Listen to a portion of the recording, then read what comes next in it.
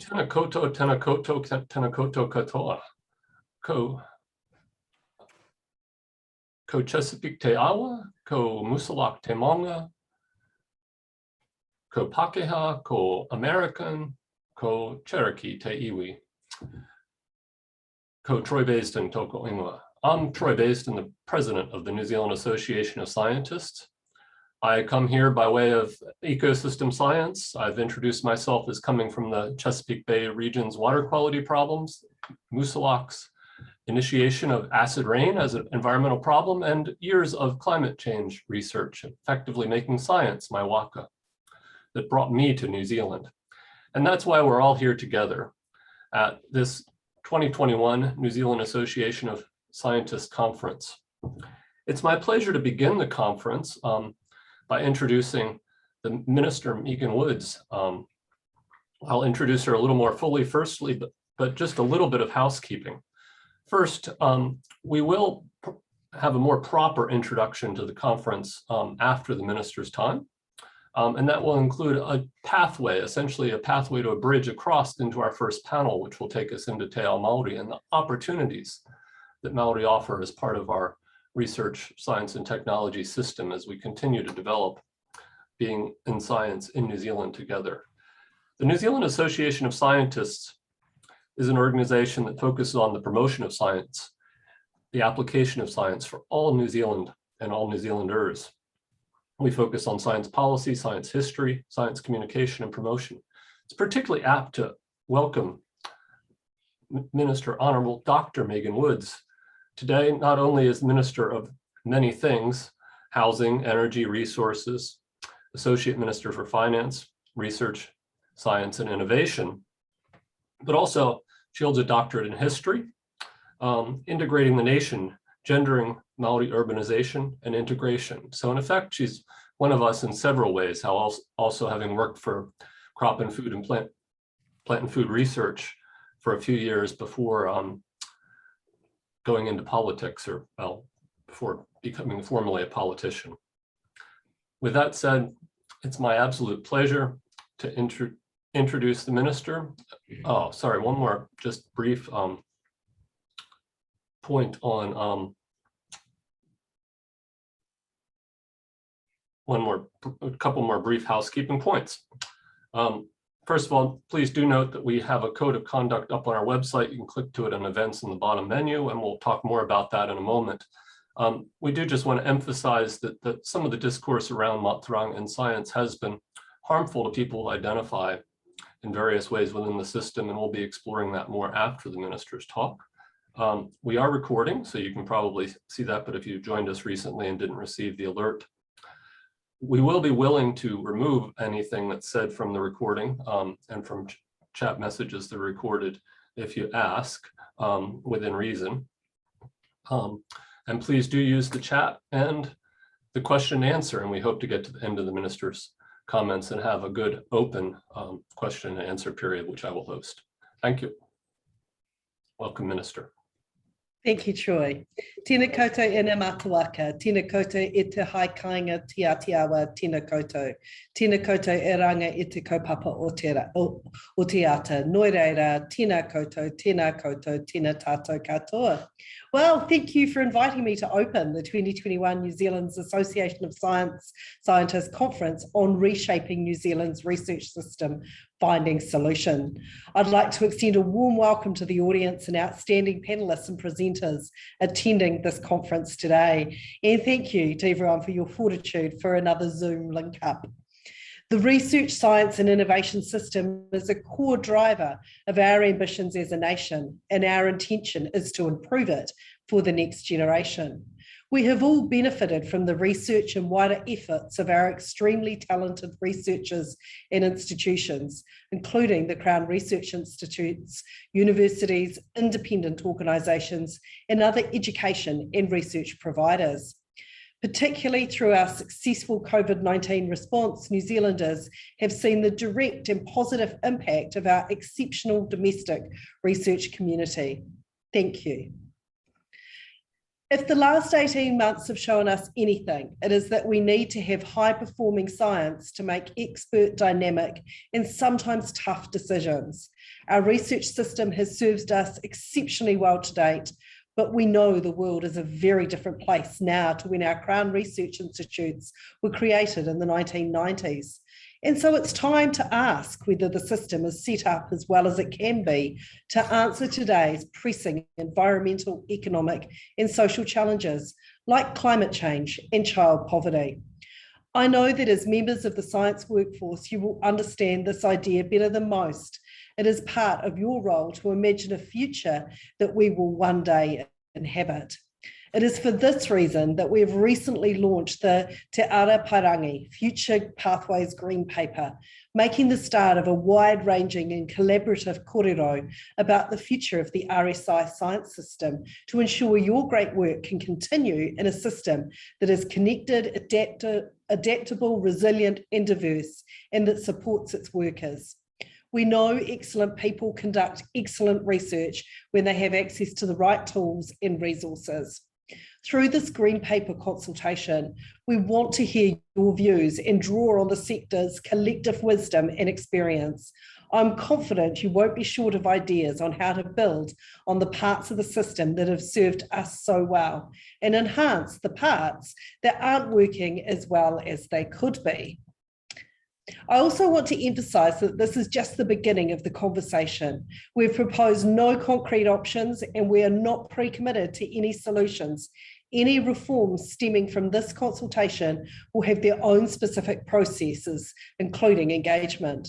We've focused this consultation around 6 themes: research priorities, te tiriti, funding, institutions, workforce, and infrastructure.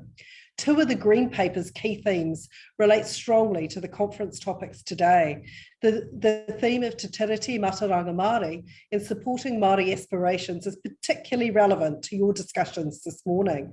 It is clear from multiple recent reports and consultations that more needs to be done to uphold and embed te tiriti within the research system.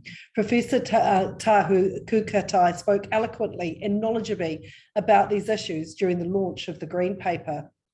The Te Ara Parangi Future Pathways work program provides the opportunity to rebuild the RSI system with te tiriti and tiriti partnership as a foundation.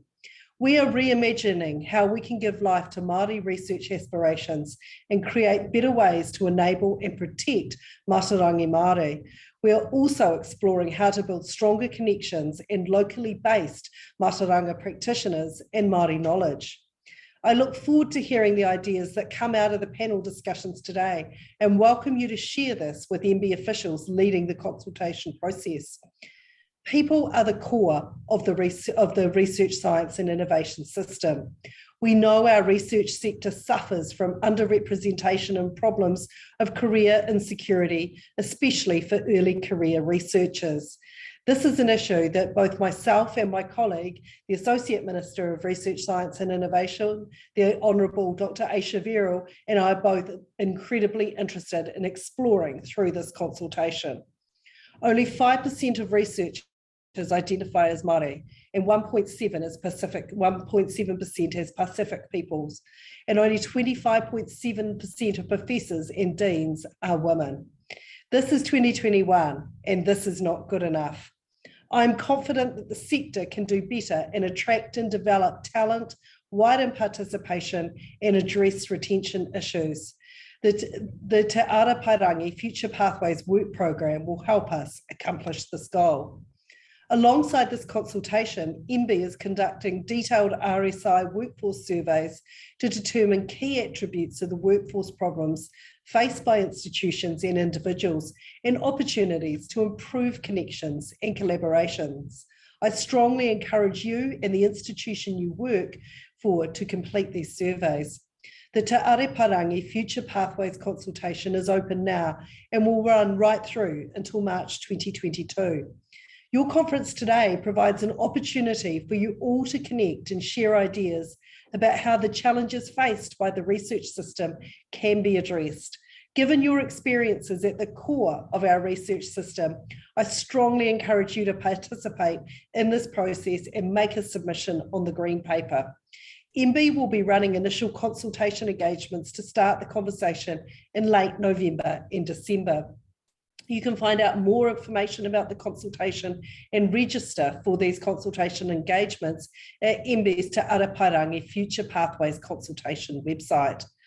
Before I close and you begin the first session of the conference, I want to reiterate that we are just at the beginning of the Future Pathways process. The Green Paper consultation is our first avenue of engagement, but it will not be our last. The research, science and innovation system is a core driver of our national dynamism, and our intention is to improve it together for the next generation. Thank you.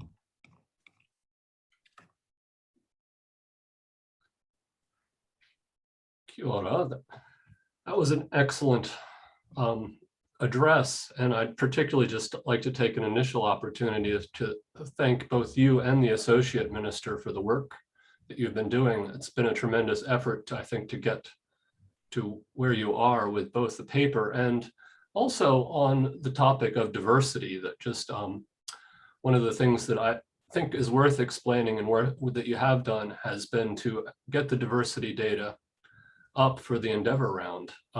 And I was pleased and impressed that although that didn't go well initially, getting the data out that the ministry had expected to have online, that you were able to intercept the communications coming from the science community and help us get that online quickly. I wonder if you would like to just say a brief word about how that went and how we can use that data and build on that process.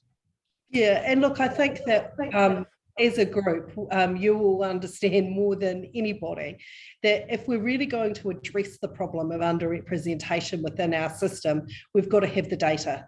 We've got to understand where the funding is going and how that is supporting some of the current underrepresentations, or the inverse of that, how it is a key driver of fixing some of that representation. So both for Dr. Verrill and myself, and I know a number of the team within MB as well, making sure that we do have that transparency is absolutely critical. Sometimes the wheels of bureaucracy move a bit slower than we'd all like, but what I was really pleased is that we were able to work to get that data up there so people can dig into it. One of the critical things is that we do need to be able to capture all that information. So that's something that we'll continue to work through. But if we are going to seriously address underrepresentation, we've got to have the ability for us to track how that funding is working. Very good. I'll just jump right to one of the good questions that's been asked.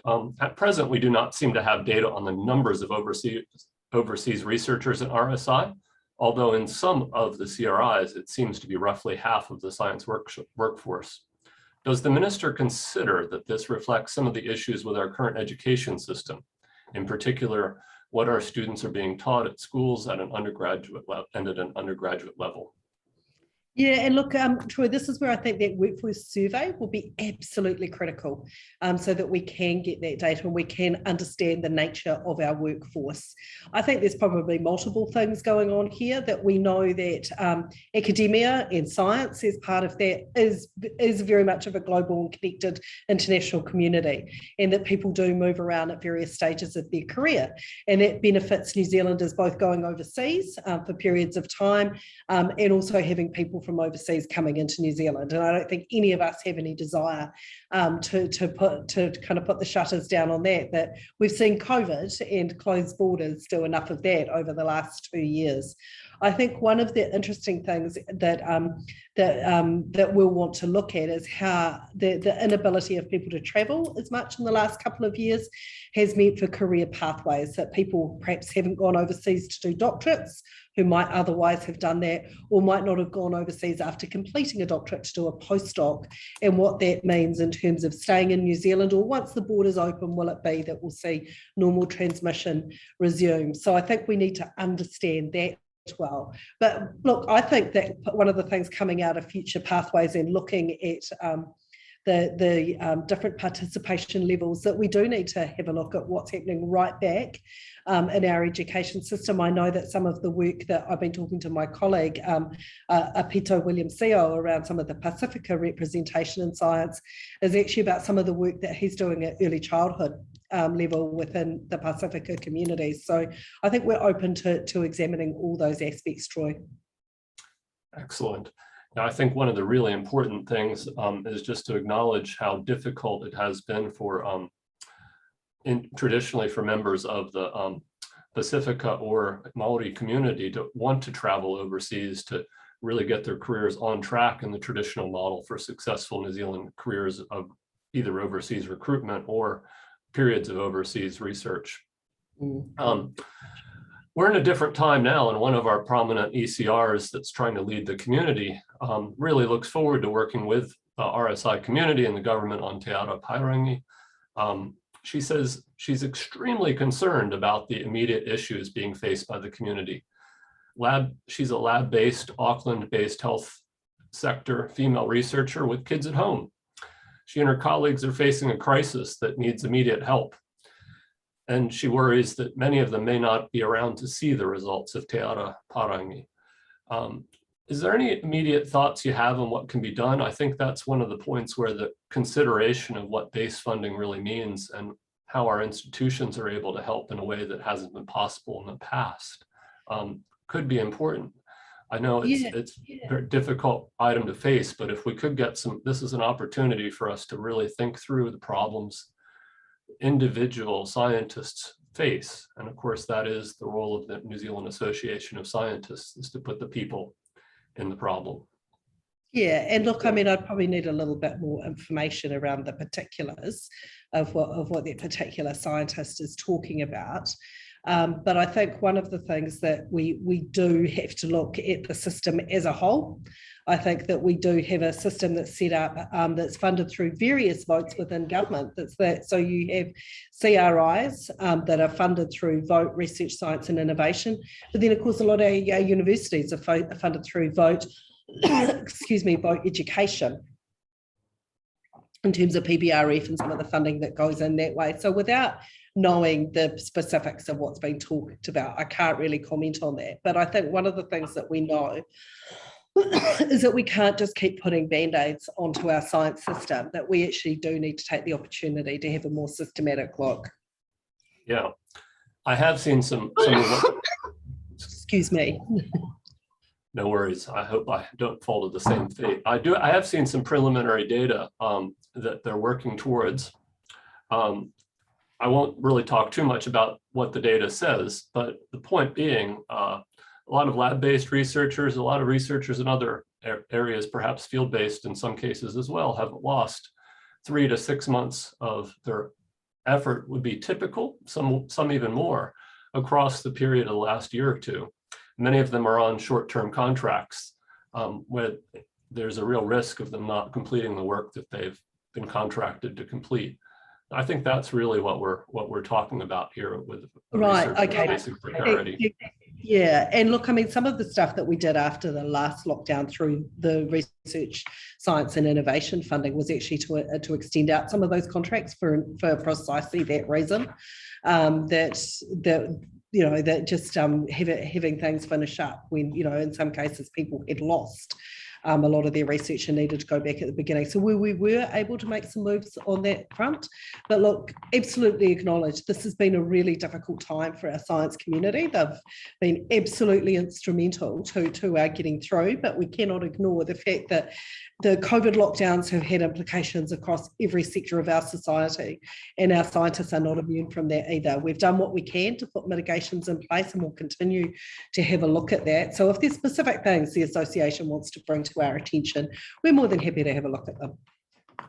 Yeah, so I think that's a genuine offer that essentially bring the issues through whatever group, through MB, through the consultation, but also to the minister's offices as well. Always. Excellent. Thank you for that. I have another question here that asks more broadly. given I think this refers to the problem that we're losing fixed term staff now. Not to belabor the point, but do you see anything else that can be done to bridge the loss in skills and scientific diversity in the near term if we start to measure it in real time? Yeah, and I'd want to have a look at the data. I mean, all of these things require funding, a lot of it, or shifting funding around. So I think that what we have to be careful is that we're not creating problems in other parts of the system as well. So if we, for example, extend out some of the, say, Endeavour contracts, does that mean that we can't start future rounds?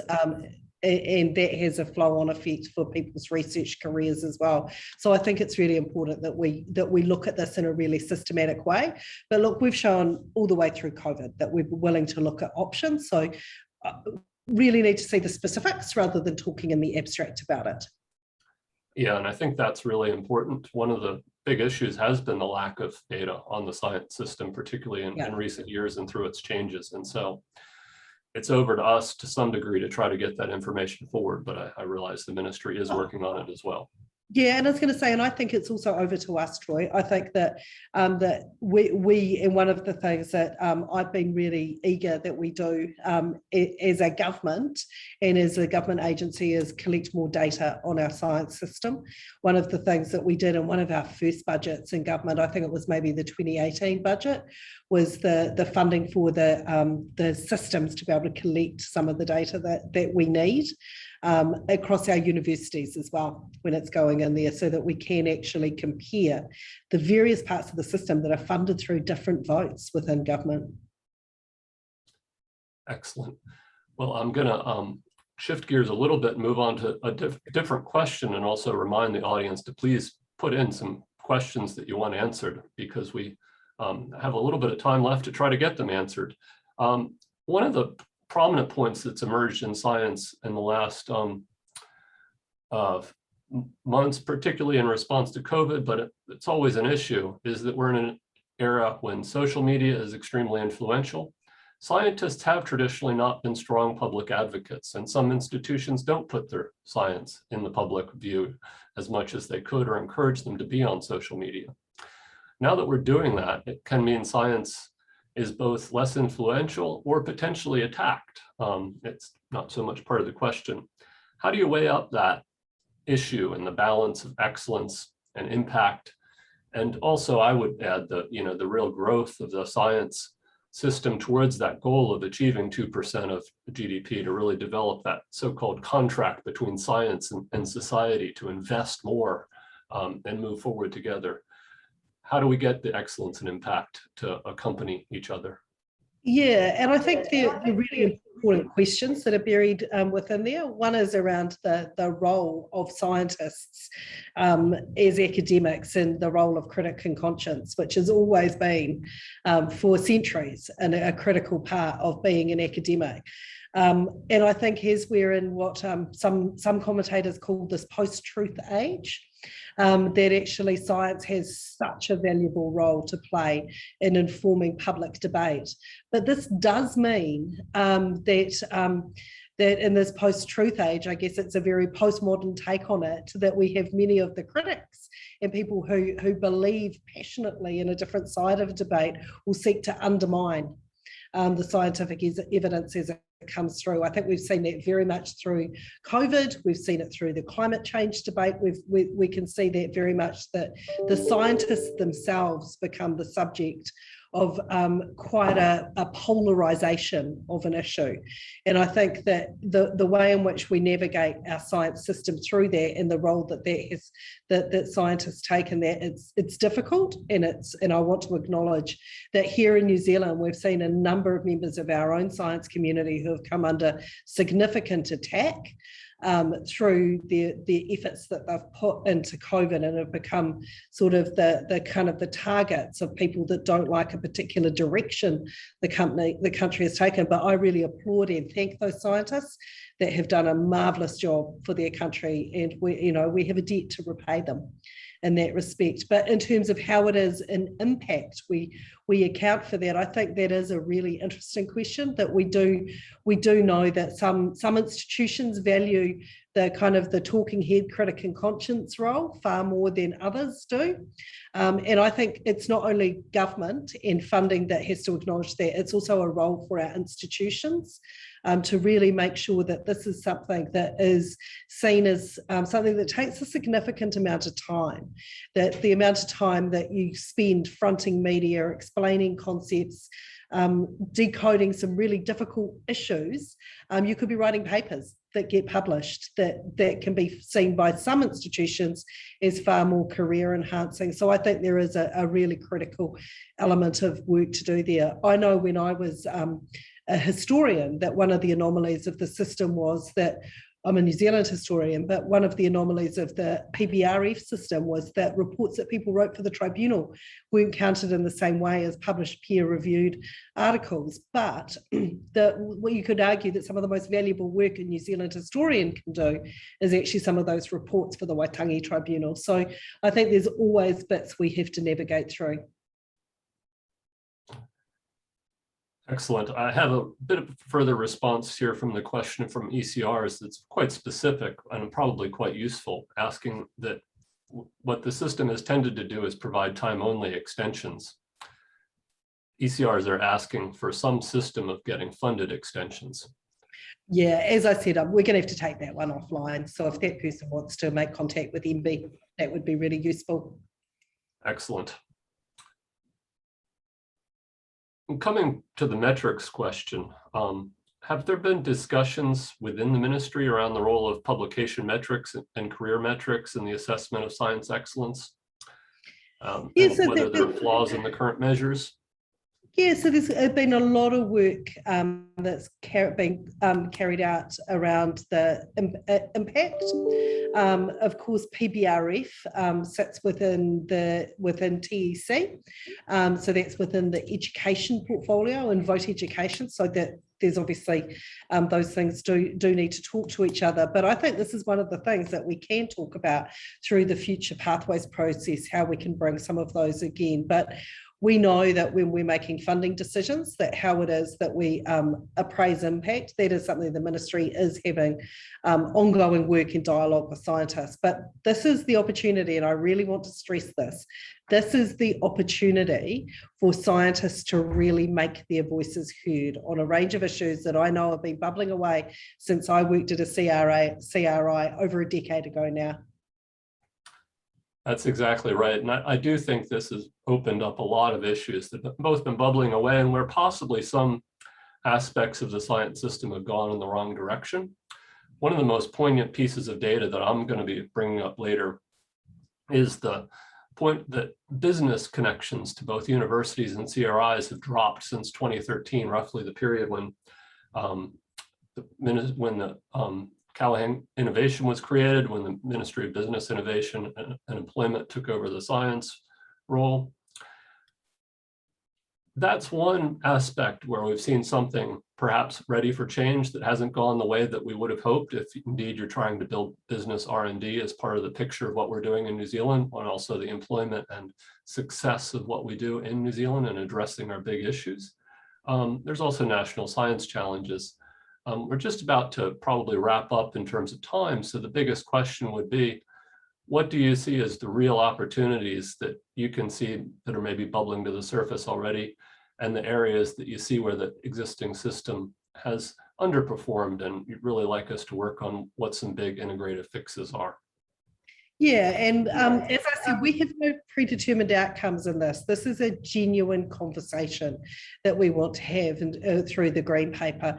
The big fundamental issue that I saw that drove it is, do we have a system that is set up to address the big gnarly problems that we have out in the 21st century, that we have CRIs that are organised by sector, but where does renewable energy fit within that?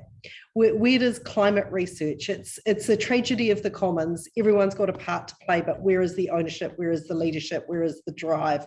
So how is it? And I guess National Science Challenges were a bit of a band-aid to try and put more kind of thematic research groups spanning both our research, both our universities and our CRIs across a structure that wasn't structured around that. So that we've ended up with a bit of a hodgepodge of structure and funding trying to be the mechanisms. I also think that there's that we need to have a really close look at how much the competitive model is still playing in our science system, that we are a team of 5 million, and that we have to make sure that we're using our science funding really sensibly, and that we are not, that we haven't got an overly competitive model that is taking money out and clipping the ticket at too many places in the system.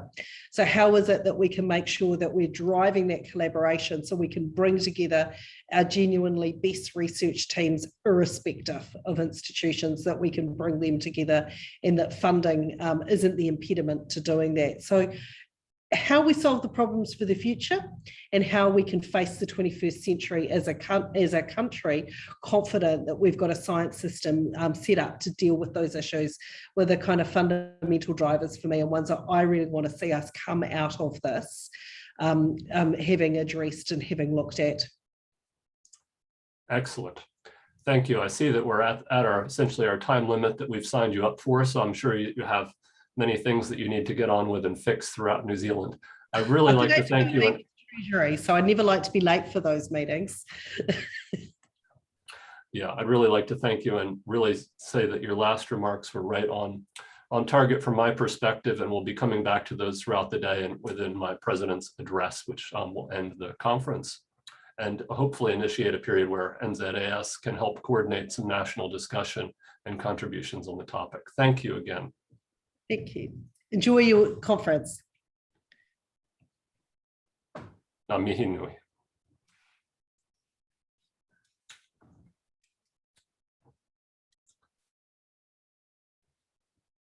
Kia ora koutou to all of us again as we now finish that ministerial section of the conference. And if I could get a couple of our ECR reps, Lucy and Georgia, up on screen, we'll sort of begin a path towards the rest of the conference. First of all, I'd like to just acknowledge the role of NZAS Council, and Lucy, Georgia in particular, who are on screen, Kuhn Lim and Rob Elsher, who are not, in helping make this conference happen. As you expect, it's 2021, and that means we've organized the conference approximately 2 or 3 times in order to actually have one conference. So we appreciate it if you can sort of bear with us, if you will. I want to emphasize a few things. First of all, I said a little bit about what NZAS is. For those of you who don't know, NZAS is in its 80th year with this conference. So it's older than many of our institutions. And it's here. You can look up what we do, but I emphasize again, what we really do is work to promote science for the benefit of all of New Zealand and all people in Aotearoa. And in doing that, that's one of the things we've encountered this year. Was we've had a few major successes and areas where we've engaged, but we also sometimes find divisions within our ranks. And I want to, in setting off down the pathway in this conference, just acknowledge that we are in this major opportunity to address the issues the minister has highlighted. There's a huge role of science still to play, but an equally large and larger role for society to play in addressing climate change. We're in a country that, like most countries in the Western world, has very significant diversity and equity issues. Only so many of those can be solved by science, but simply providing access to science is one of the important ones. An issue that's been somewhat divisive for some of our members and perhaps confusing for many of our members has been the issue of Mātauranga and science. And I just want to cover that briefly in terms of how it applies to the code of conduct, which we developed. And I'll see if I can manage to successfully share a screen here. So just to emphasize it, we have put a code of conduct together for the conference that's composed of the longstanding code of conduct we've used in the past, which is derived from Te Punaha Mātatini, but also just emphasizes a really important concept that entering into without thinking deeply about what's happening around the discourse that particularly Mātauranga is not science, or that the resources supporting the pursuit of Mātauranga are detract from the pursuit of science. Those can be harmful to members of our community. And in fact, our goal is to bring together everybody. So I just wanted to, by way of emphasizing that, suggest that we would like to bring everybody together and lift the mana of science through the conference today. Now I'm just trying to figure out how to exit screen sharing. Too many screens going. One of the great successes we have had in the last year is building NZAS Council and refreshing it with our ECR counselors. Just briefly like to acknowledge and let Lucy say a few words in terms of coming to NZAS and in terms of representing that statement. Oh, there was one more point that I wanted to make. In addition to the publicly linkable items, I'd also like to emphasize the role of the president of the Psychological Society, Waikato Moana Waitaki, who's a professor at the University of Waikato and spoke to the Royal Society constituents about the degree to which that's harmful. And it's an important concept in psychology within, that's being looked at within New Zealand and within that society. Okay, now with that, I'll hand over to Lucy to say a few words and introduce herself. Kia ora, for those who haven't met me, I can hear myself. Okay, that's gone away. Excellent. So my name is Lucy Stewart. I'm a senior scientist with an independent science organisation called Tuhoe Science. I've been an NZAS councillor since the last AGM last November.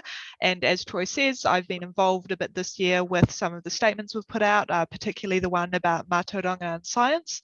I'd like to make it clear to everyone that the reason we were proactive on that is that was at the result of requests from some members who felt it was really important we showed leadership in this area, with which the council agreed. There was extensive kind of discussion behind the scenes about the exact content of the statement, which is why it didn't come out immediately. So this wasn't just something we dashed off. This was something we had extensive discussion about, but we still as a council stand by the content of that statement. And I would say the panel we're hosting today and the Māori researchers who have graciously offered us their time to be on this panel, that's happening in light of that statement and of our wish to support future work to understand how Mātauranga and science relate and Western science relate to each other, and to build a positive vision for New Zealand science and science in Aotearoa and Mātauranga and Aotearoa in this regard, led by Māori researchers who are the people who know the most about Mātauranga and we should be looking to. So I'm extremely excited about this panel today, and I hope we get some great discussion and some great questions from you, the audience. And now we'll pop across also to Georgia Carson, who I want to emphasize. I just want to introduce these people partly because in the code of conduct, one of the things that makes it function is if you feel comfortable contacting someone, if you can identify any areas of concern, even if we could do them better in a future conference or in future events. And Lucy, by the way, will be hosting the afternoon session, which is one reason I highlight her now for this role. Thanks for that, Troy. Kia ora koutou. Ko te arawa te waka, ko nongo taha te maunga, ko Rotorua te moana, ko Ngāti Whakau te iwi, ko te rangi wako o te hapu, ko tunu hopu te marae, ko Georgia May rangi kahiwa Carson aho.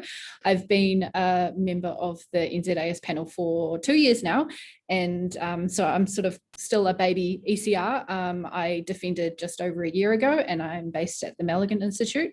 So I got Lucy and Koon on board to sort of grow our ECR contingent, and I just wanted to say that I'm really happy to see all of you here and in attendance. And if you would like to join my NZAS ECR Slack, which is open to everyone, members and non-members alike, if you're affected by the issues that we're going to be talking about, if you like having these sort of discussions, you want to improve the push for better, pay for PhD students and things like that, then I would encourage you to get in contact with me, gcarson@milligan.org.nz, and I will send you a link to the ECR Slack that I run. And there's a great community on there. We've got about 170 ECRs from throughout New Zealand, and it doesn't matter if you're a student, postdoc, starting your own lab, technician, if you're in research in any respect, not just STEM science. So yeah, get involved. Kia ora koutou. Kia ora. And in moving from there and heading now towards our panel, one of the things I'd really like to say in terms of directing the conference is that there are many of our members who work in physics or lab biology who may or may not, and in many cases they'll point out that they haven't yet had an opportunity to really bring Mātauranga or Te Ao Māori into the science that they do, but they remain as supportive as we are of the idea that every child growing up in New Zealand should be able to see a future for themselves in science and should be able to get there if they believe in it.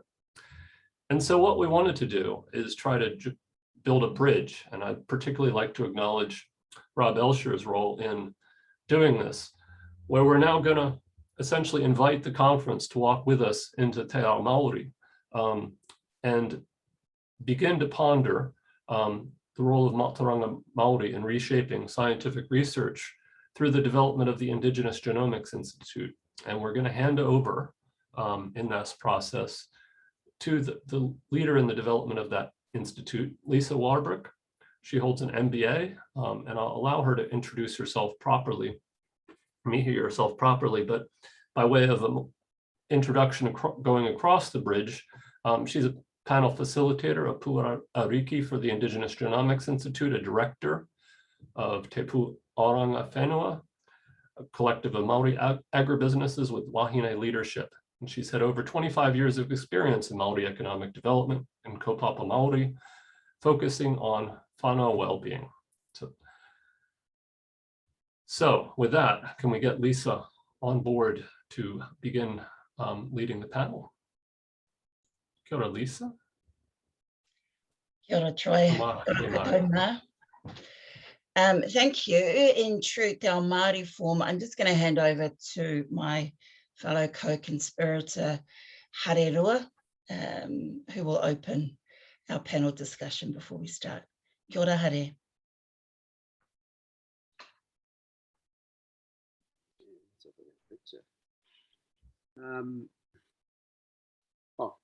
Kia ora koutou. Just a bit of a thing with the picture, but I'll fix it up soon. Whanau, mihi atani kia koutou tēnei rangi. Ka timata I tēnei wā huihuinga ki te karakia. Paku mihi, ka whakahoki atu ki a Lisa. Mihi atani kia koutou tēnei rangi. Hei karakia timatanga tērā ia matariki ka mahu te pai. Ki tira manuku he tira marangi, kātū puanga, kātū Tahu, kātū tautoru. Ko e rā te mātahi o te tau te pōtū tana nui a pipiri, te putanga o te hinu oi. Ka pū te wānanga koni ki te kāpura, koni ki te kupu, koni ki te kōrero.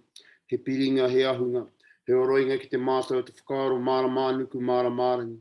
Titoko te pō, titoko te ao, titoko te ora ki e nei taura, ki e nei tauira.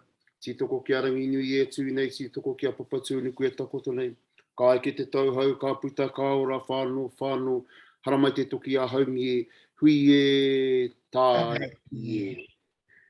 E mihi nui kia koutou I tēnei rangi, nei rā tātou karapu, nei rā tātou hui nei tēnei rā, nā mihi mai nā, kia koutou nā maunga nā awa, nā mana, mihi atana kia koutou mai a mātou, tēnei hunga ko haramai ki te tuku kore kia koutou huri, tēnā koutou, tēnā koutou katoa, ka huri.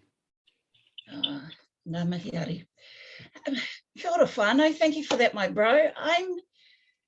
I'll be straight up, I'm a bit at odds there.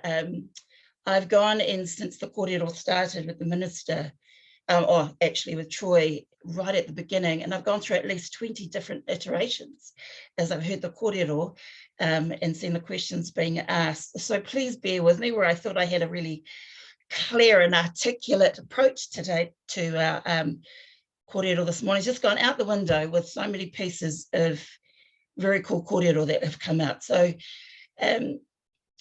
first of all, I'd like to start with acknowledging Troy Byston and the NZAS team, Georgia and Lucy, and again, particularly Rob Elsher of GFANS and NZAS for your ongoing support, and from the sounds of it, for your courage in inviting and supporting our panel for the next hour to share our whakaaro, our thoughts, our kōrero about Mātauranga Māori, that which we take, it seems, for granted. But I digress. I'd also like to acknowledge our advisors for the Indigenous Genomics Institute, Aroha Mead and Professor Ty Black, and also our fellow trustee who couldn't make it with us today on the panel, Dr. Alana Alexander.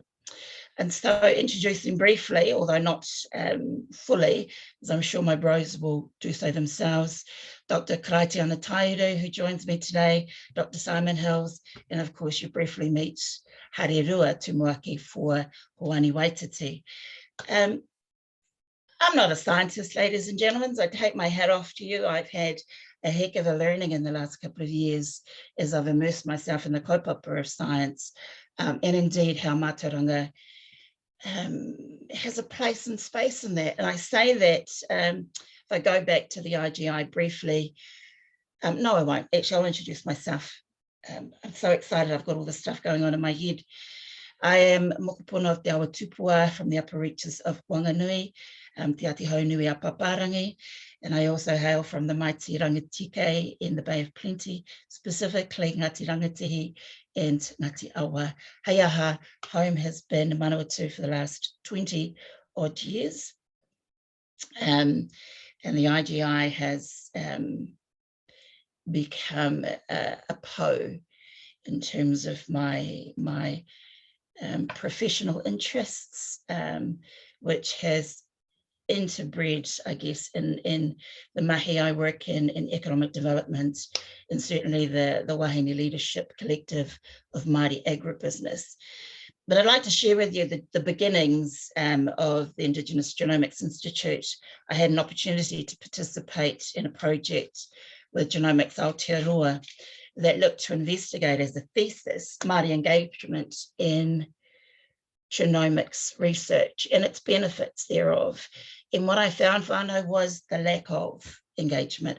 I found a lack of whanau who knew about these incredible conversations that were happening in terms of environmental protection, conservation, genetics, food safety, pest control. I didn't see a lot of Māori engagement in these conversations. And so my interest led me to having conversations near and far in my work with not just economic development, but whenua and research broadly. And what I found was the challenges and the lack of platforms for whanau, for hapu, and for iwi to be able to engage, not just in the research, but as users in the science, in the information and the knowledge that would contribute significantly to the challenges we live and breathe every day as whanau, as hapu, and as iwi.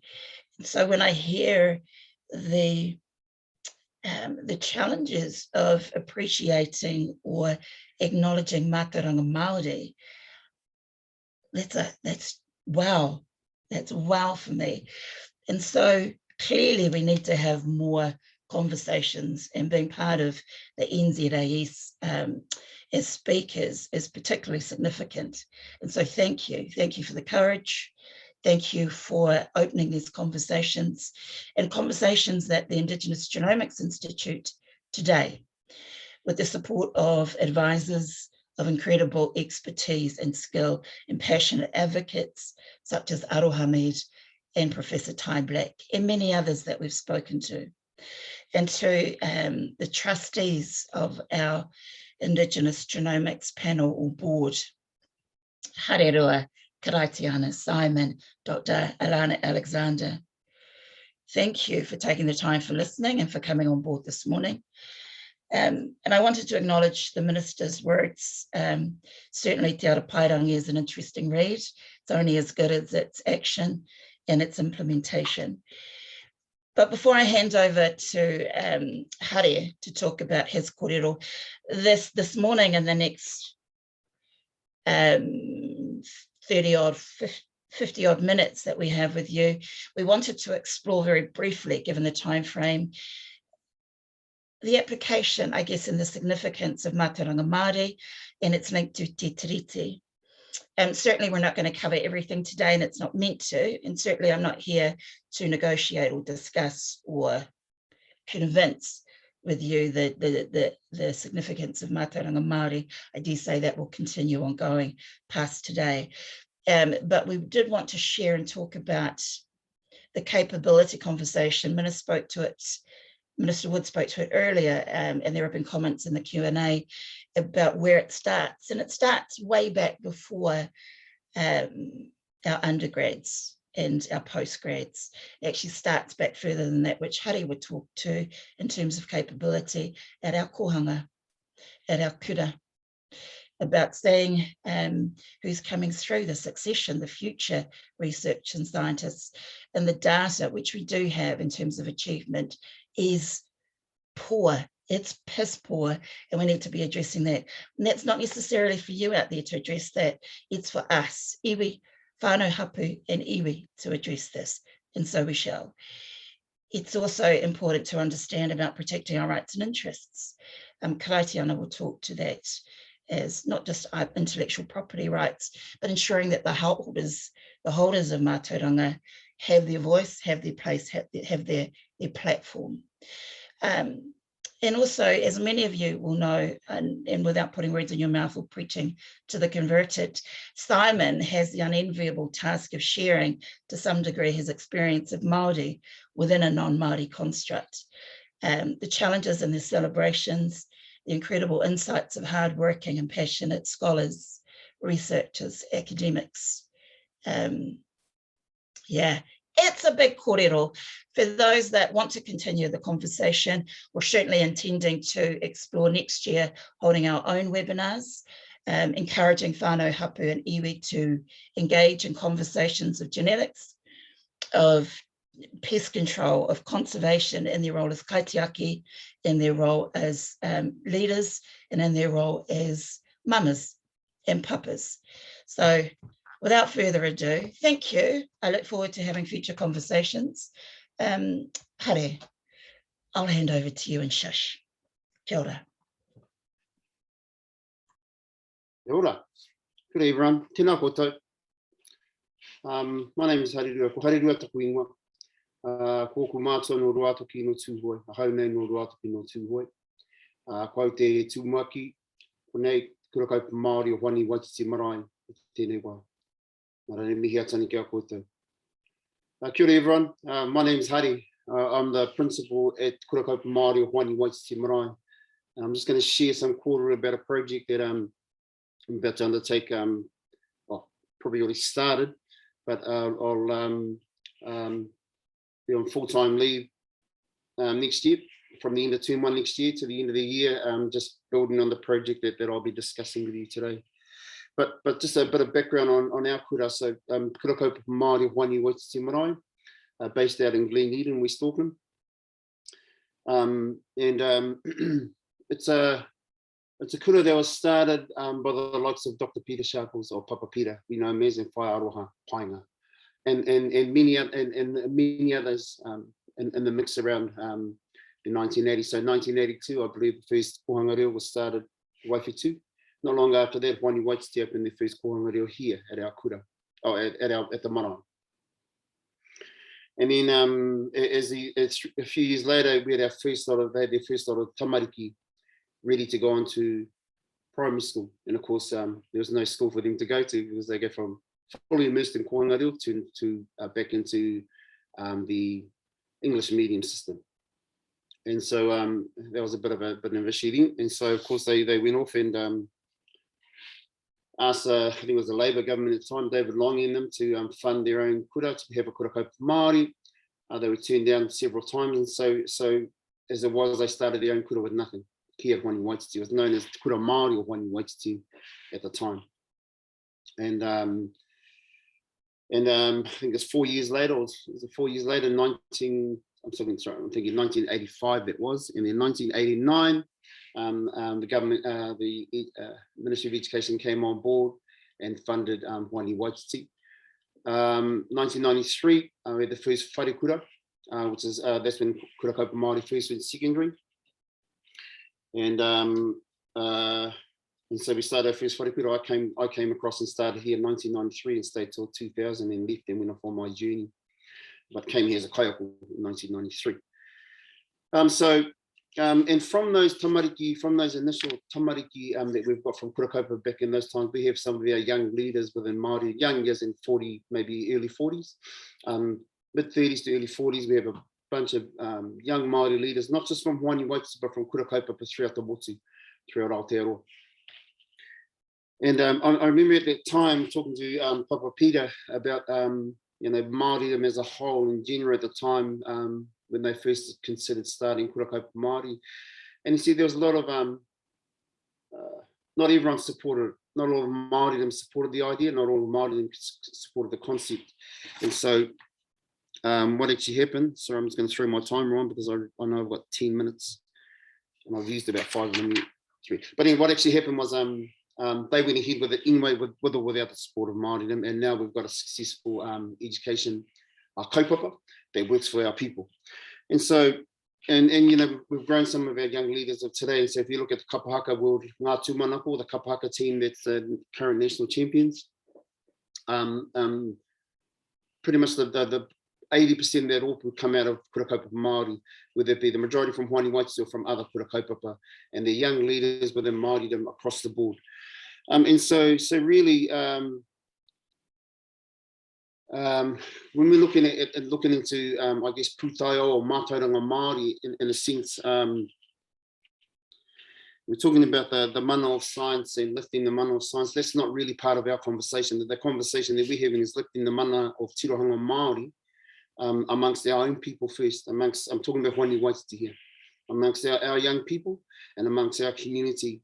And because the damage of the Pākehā education system on tirohanga Māori and all kaupapa is huge. And so just trying to not so much undo, but just find another path where we can grow.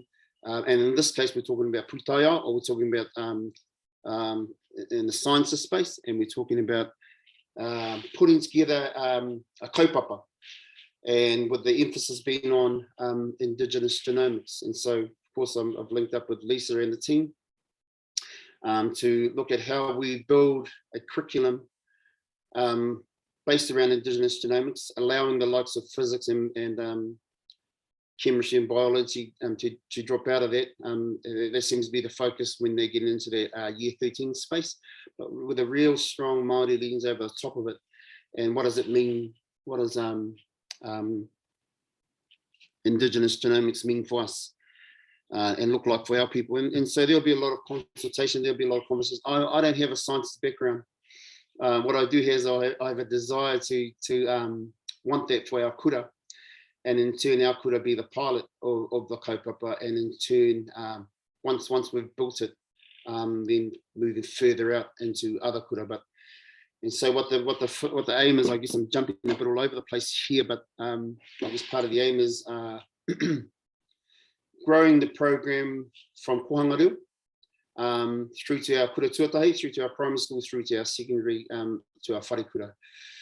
And in some ways, I guess if we look at our kura now, and if we looked at, if I went through and done an audit of the programs that are taught at our kura, part of it would be looking at, okay, what's taught already that already drops into or drops out of this Indigenous genomics kaupapa. And I'd say there's quite a bit, and in actual fact, in some of the conversations I've had with some of our kaiako, I've seen in different areas where the Indigenous genomics kaupapa drops out of teachings that's already happening.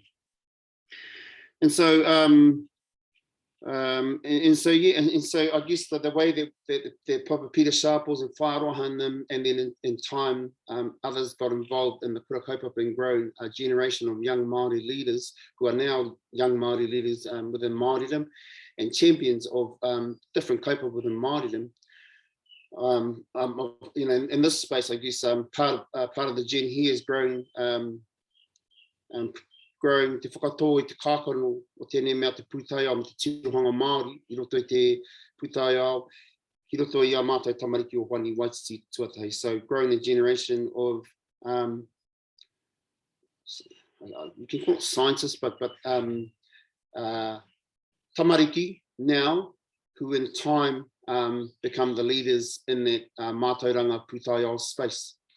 And using the Indigenous Genomics kaupapa as the vehicle to do that, from our kohanga reo through to our kura tuatahi, through to our primary schools, through to our wharikura.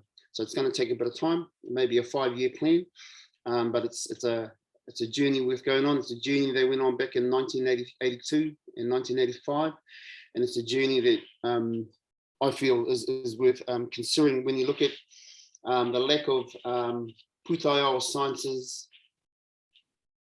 with our current generation of kura kaupapa students. And so within kura kaupapa, but not only kura kaupapa, of course, you know, out in English medium schools as well, we have a lot of young Māori leaders that are coming through throughout kura, not just in Honi Wats, but kura throughout Aotearoa. And so so to do this here in the science space or the pūtaiao space, I guess pūtaiao science is just a strand of Mātauranga Māori. And so for our tamariki, or for our community, it's Mātauranga Māori first, and the strands drop out of Mātauranga Māori. So in this case, it's in the pūtaiao in the science space, and it's with Indigenous Genomics. So I think I've used up pretty much my time. I just wanted to quickly touch on that, but I want to thank you for your time, and I'm going to pass it back to Lisa to carry on our session. Mihia tane kia koutou mai konei mai whani Waititi, koutou e whakarongo mai ana, kia koutou Lisa, Karatiana, o tira kia koe Rob, mihia tane kia koutou, tēnā koutou katoa.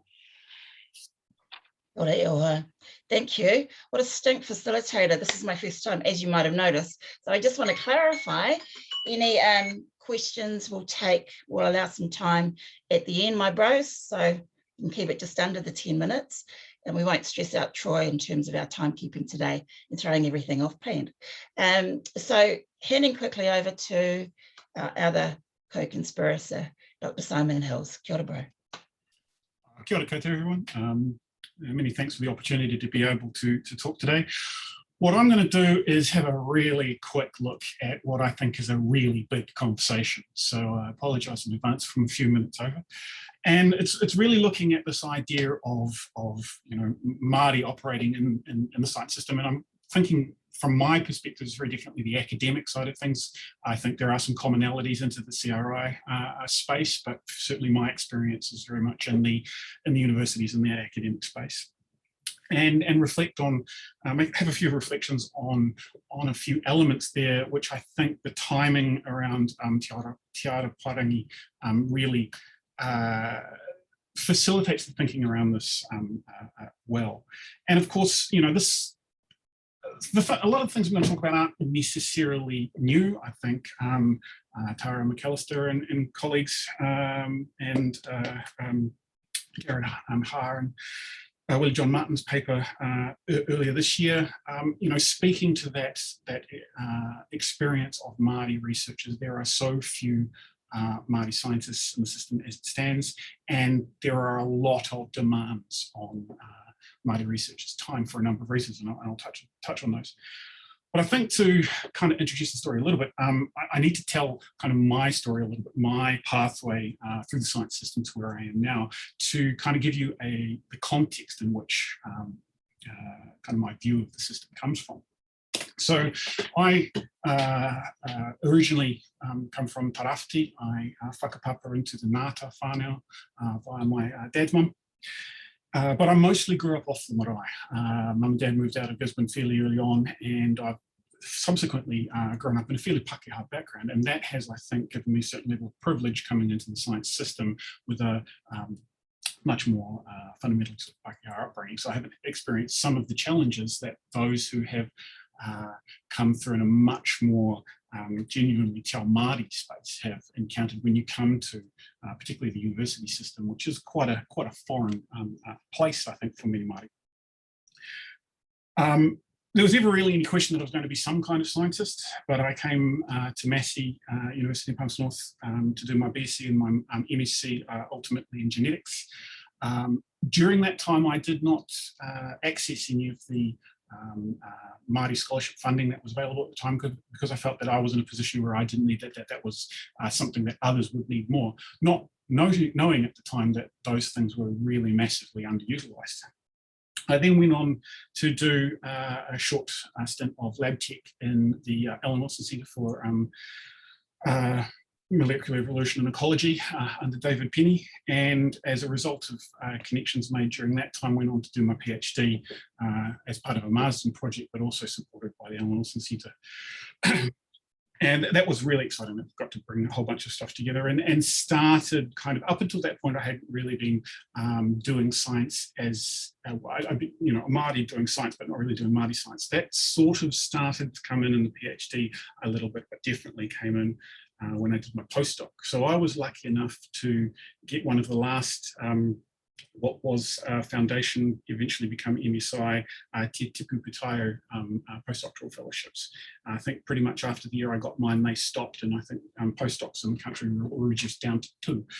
So I was very lucky to get that, and that gave me an opportunity to really bring the genetics, the genomics that I'd been growing up with during my PhD at the time, and start to work with some of my whanau, the Tarawhiti, in that science area.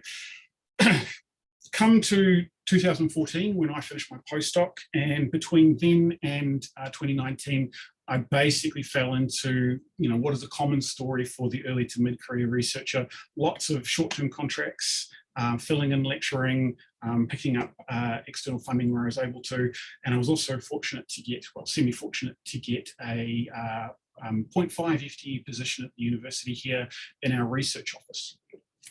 As the Māori Research Development Advisor. Now, I think that's a really interesting point to reflect on, and I don't know how much of a situation it is now, but certainly at the time that I came through, I think it reflects the experience of a number of Māori researchers who, as a result of the lack of opportunities to move into the academic career progression, ended up needing to go sideways in one way or another. And when we think about the deficit of Māori in research, quite often, or in the science system, quite often there is the discussion about where are the Māori scientists out there. So they're there, but I think in many cases we've had to move sideways into different positions, and often because academic positions in particular don't tend to come up particularly commonly, just as a result of life, really, one has to then move out into sort of periphery supporting roles and ultimately out of the science system.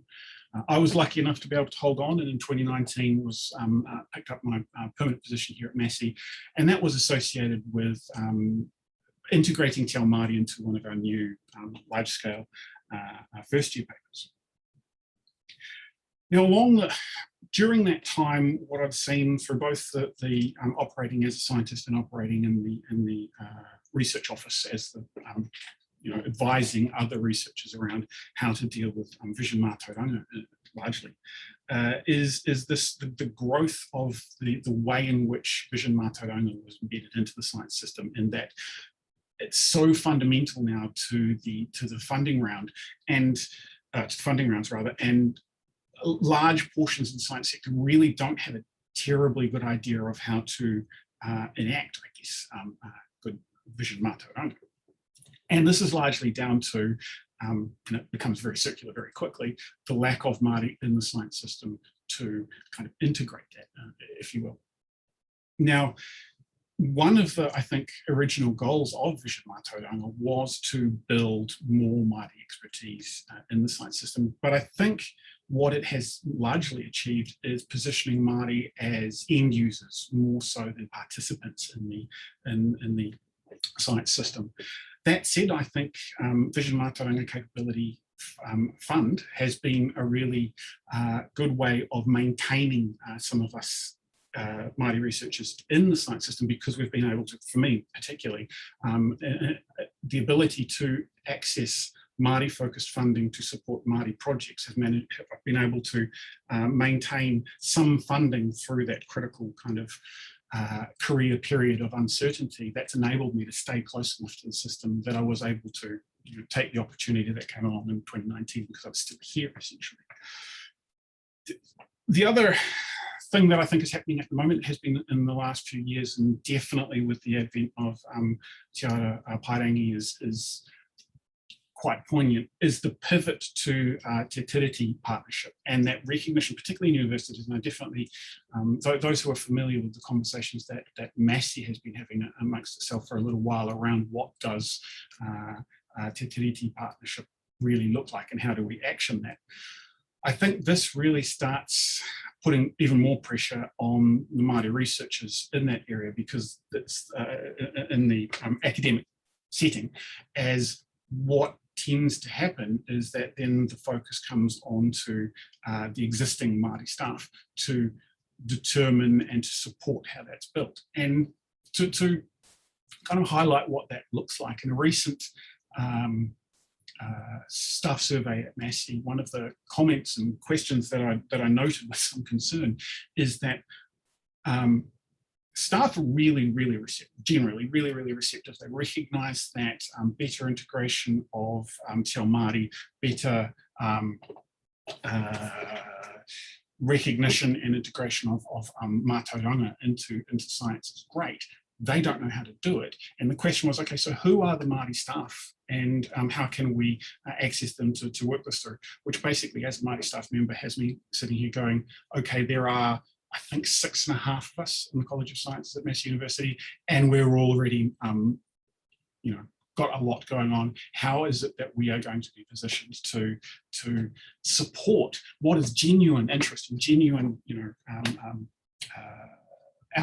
reaching out of other staff members? How do we do this?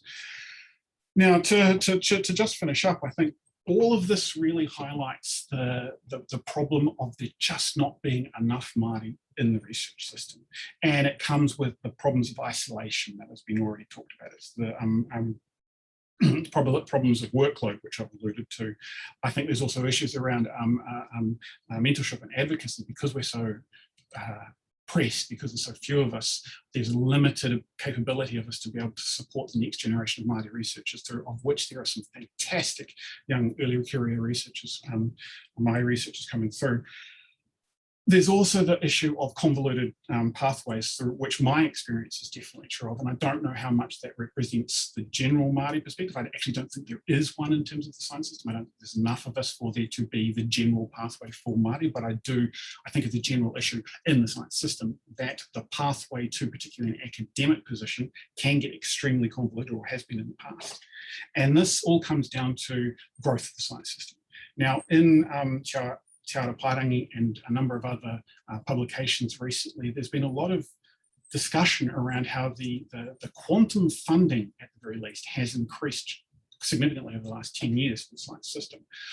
But in a conversation last week that I was involved with, there's a really interesting point made that I think is quite important, and that's that despite this increasing funding, there does not appear to have been a growth in the number of roles within the science system. And I think this is a really important point, and really interesting from the Māori perspective, where there's been at least a decade of recognition of the need to grow Māori numbers in the academic system, in the science system.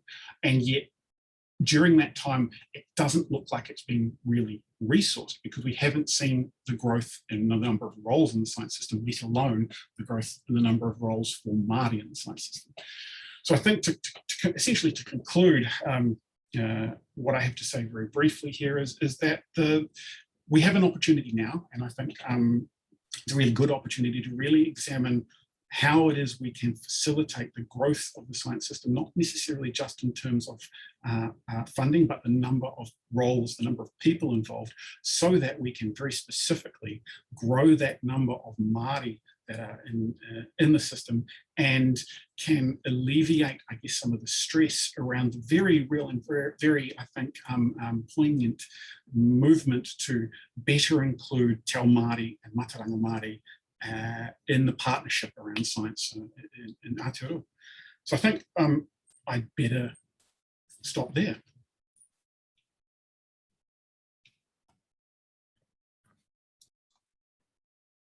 If any of you know and love our Simon, you'll be aware of how significant his ability to stop himself from having a kōrero and going on. Kia ora, Sai. Thank you, my friend. You stuck to time. Well done. And without further ado, I'm now going to hand over to our final panel speaker before we take the last few minutes for questions. Again, if you have any questions, please add them into the Q&A. And we look forward to the kōrero. Kia ora, Karatiana, Taiuru. Oh, kia ora koutou. I'm going to do a presentation. I hope it will work. So just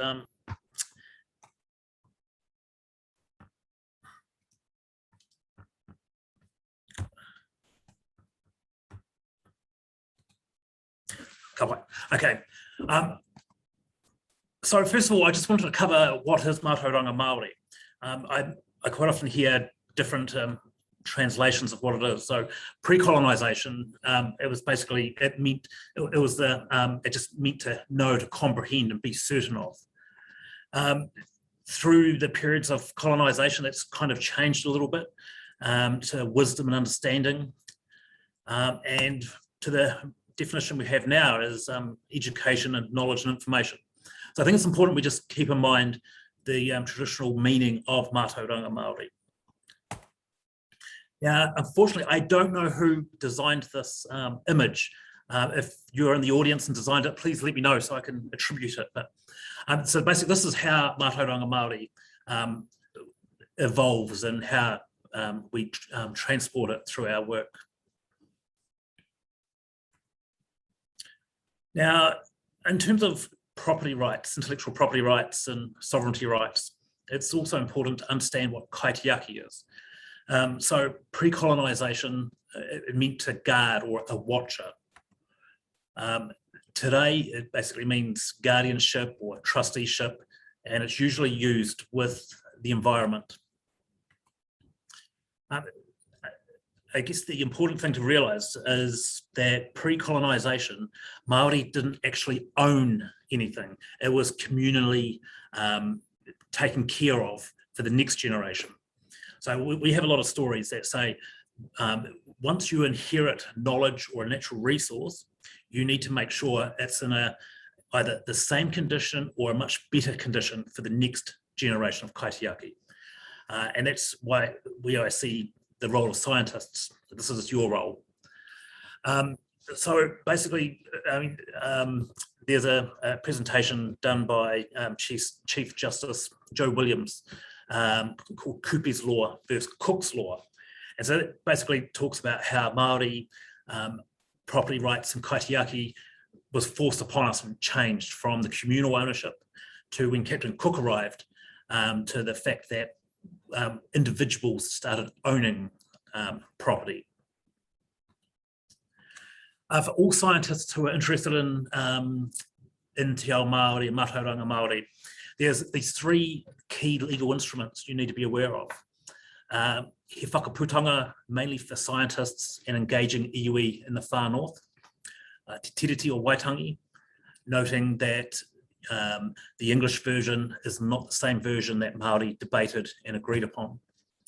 UNDRIP, the New Zealand government has committed to that, and there's significant amounts of articles within UNDRIP that relate directly to science. And also the Tohunga Suppression Act of 1907 is quite important for a background information for anyone who's not familiar with it. So basically the Tohunga Suppression Act made Mātauranga Māori illegal. And that was not it was still in power, it's still in legislation up until the 1960s. So we have a number of generations of older Māori who were brought up being, basically denied Mātauranga Māori. So it's fair to say that not all Māori understand traditional knowledge and understand some of the things I'm going to talk about. So it's really unfair just putting all the pressure onto your colleague or a staff member who's Māori, because it's not guaranteed that they will know. So scientists who work with taonga species. Now this is a definition I've created for my PhD thesis. Now it's quite important that a proper definition is created, because in New Zealand legislation, taonga species is mentioned numerous times, but never defined. The Ngāi Settlement Act, I think, had about 107 species identified as taonga species, yet some of the key commercial species, such as the tuna, the eel, weren't included, nor was the mudfish. Yet in Canterbury here, there's significant amount of resources gets put into protecting that taonga species. So this is a good definition, and it doesn't just apply to the species itself, but to any part of that species, whether it's a body part or a cell. It's still considered tapu and a taonga species. Now, it's important to remember that every taonga species has a whakapapa. In fact, every natural object in te ao Māori has a whakapapa. And it's also important to realise that every taonga species comes from its own deity. So there's all of our creation stories talk about how each species was created, by which deity, and the stories of who that guide us as scientists to which taonga species should be used or analysed with other taonga species. And by understanding that each taonga species deity will also help you to genuinely create proper karakia and storage considerations and biobanks, etc. So this is just a whakapapa chart as general. Most iwi don't recognise eel as a pre-colonial deity. Some do. So basically, the deities on here cover all taonga species. Now, it's important to consider and remember that some iwi have different whakapapa. I think Te Rārua will whakapapa to the some of the stars as opposed to this. In Ngāi Tahu, obviously on Ngāi Tahu, I'm sitting in the takiwā right now. This is what our whakapapa looks like for all taonga species. The biggest difference you'll see here is Tangaroa comes from Ranginui instead of from Papatuanuku and Ranginui. And so again, this is really important to know who your mana whenua are, so you can consult properly. In the lab, you might say, well, how do we translate this into the lab?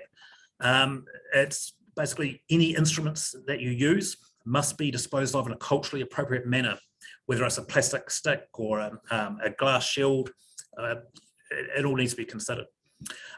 Also consideration of the Māori calendar, the maramataka.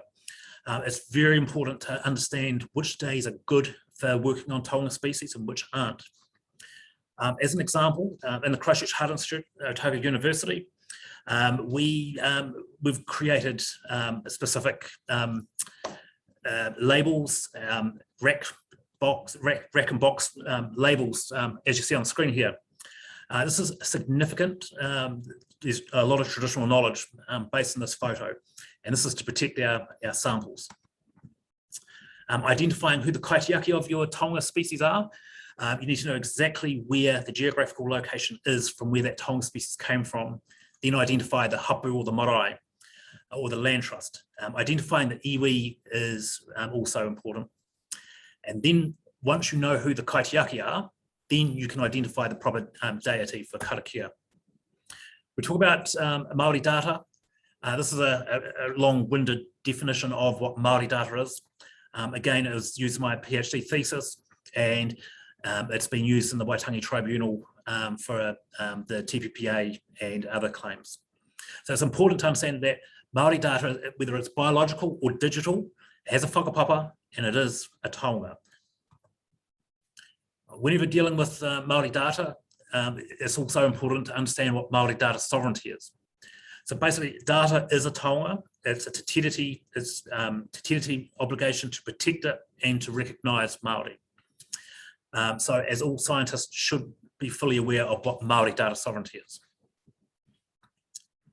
There's a number of principles for Māori data sovereignty. These do differ from the Māori data sovereignty he mana rauranga. I find that their definitions are out of place, don't consider tikanga Māori properly. So these are, again, the explanation of all of these are online, so anyone can go and check these out later on. When dealing with Māori data, it's important to consider that you don't actually, to consider Māori data sovereignty principles and how best to license or to share it. A lot of scientists are opting to use social licenses, but if you're going to use a social license, then you need to make sure you actually have permission and buy-in from all kaitiaki, from all Māori stakeholders. And if you can actually do that, could you please let me know? Because I don't think it's possible. Therefore, kaitiaki-tanga Māori data sovereignty licenses are the best way to license your work that with Māori data sovereignty principles and Māori data. And so that was a very, very quick overview. It's difficult trying to cram everything into 10 minutes. So would be, I'm happy to take questions, email me, and the presentation, I will send the organisers a copy of the presentation. Kia ora. How am I supposed to summarise all that? Kia ora. Right, always our kōrero is always very cool, and I'm not surprised. Whanau, that's come to the end of our guys' kōrero. If I can get Simon, Karatiana and Hare to show your handsomeness, would be cool, because I'm not going to navigate these questions. There aren't that many actually, but just for the next 5 minutes, Troy, we'll just go through before we give a brief summary. Thank you to those who have opened themselves up to asking some very cool questions. I'm going to start with one that Hare thought he could get away with by answering in writing. And this question comes from anonymous.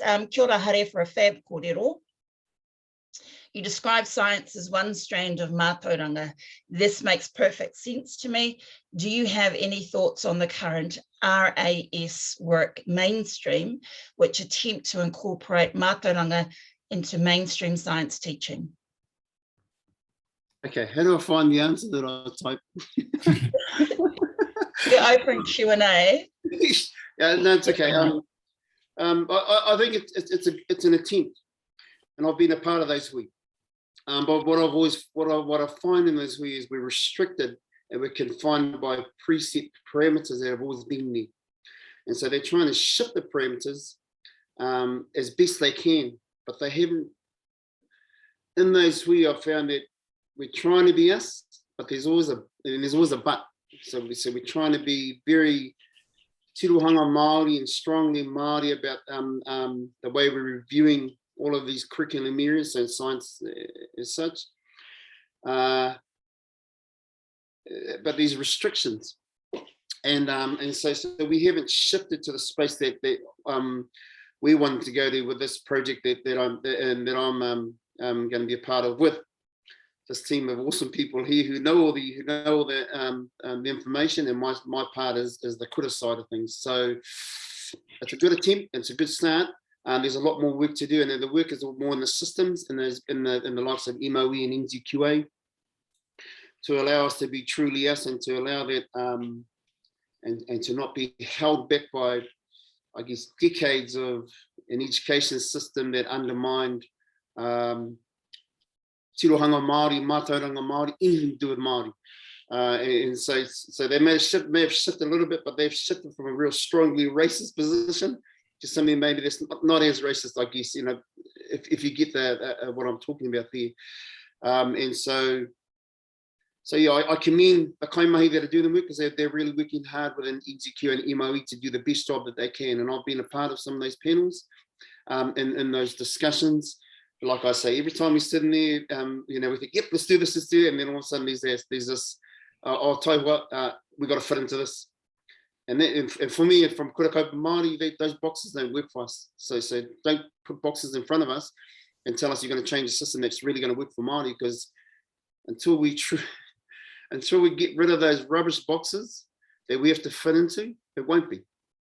And so for us here on this journey around this Indigenous Genomics curriculum program, coming from Hare Rua through to year 13, to our 7 formers, for those of us from that generation, it won't happen. And some people might be saying, oh, how are you going to make it happen if it's not already happening with the NZQ and MOE?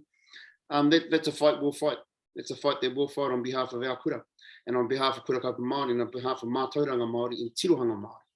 And I believe that there's a time, we're at the right time for that to happen in the next couple of years. Hope that's exciting times. On the cusp of that, we've got a question from Alona. Simon, just in case you get a little bit bored sitting over there. The question asks, how do you see the role of Mātauranga Māori in the basic sciences, appreciating your role in supporting and embedding Mātauranga with your undergrads?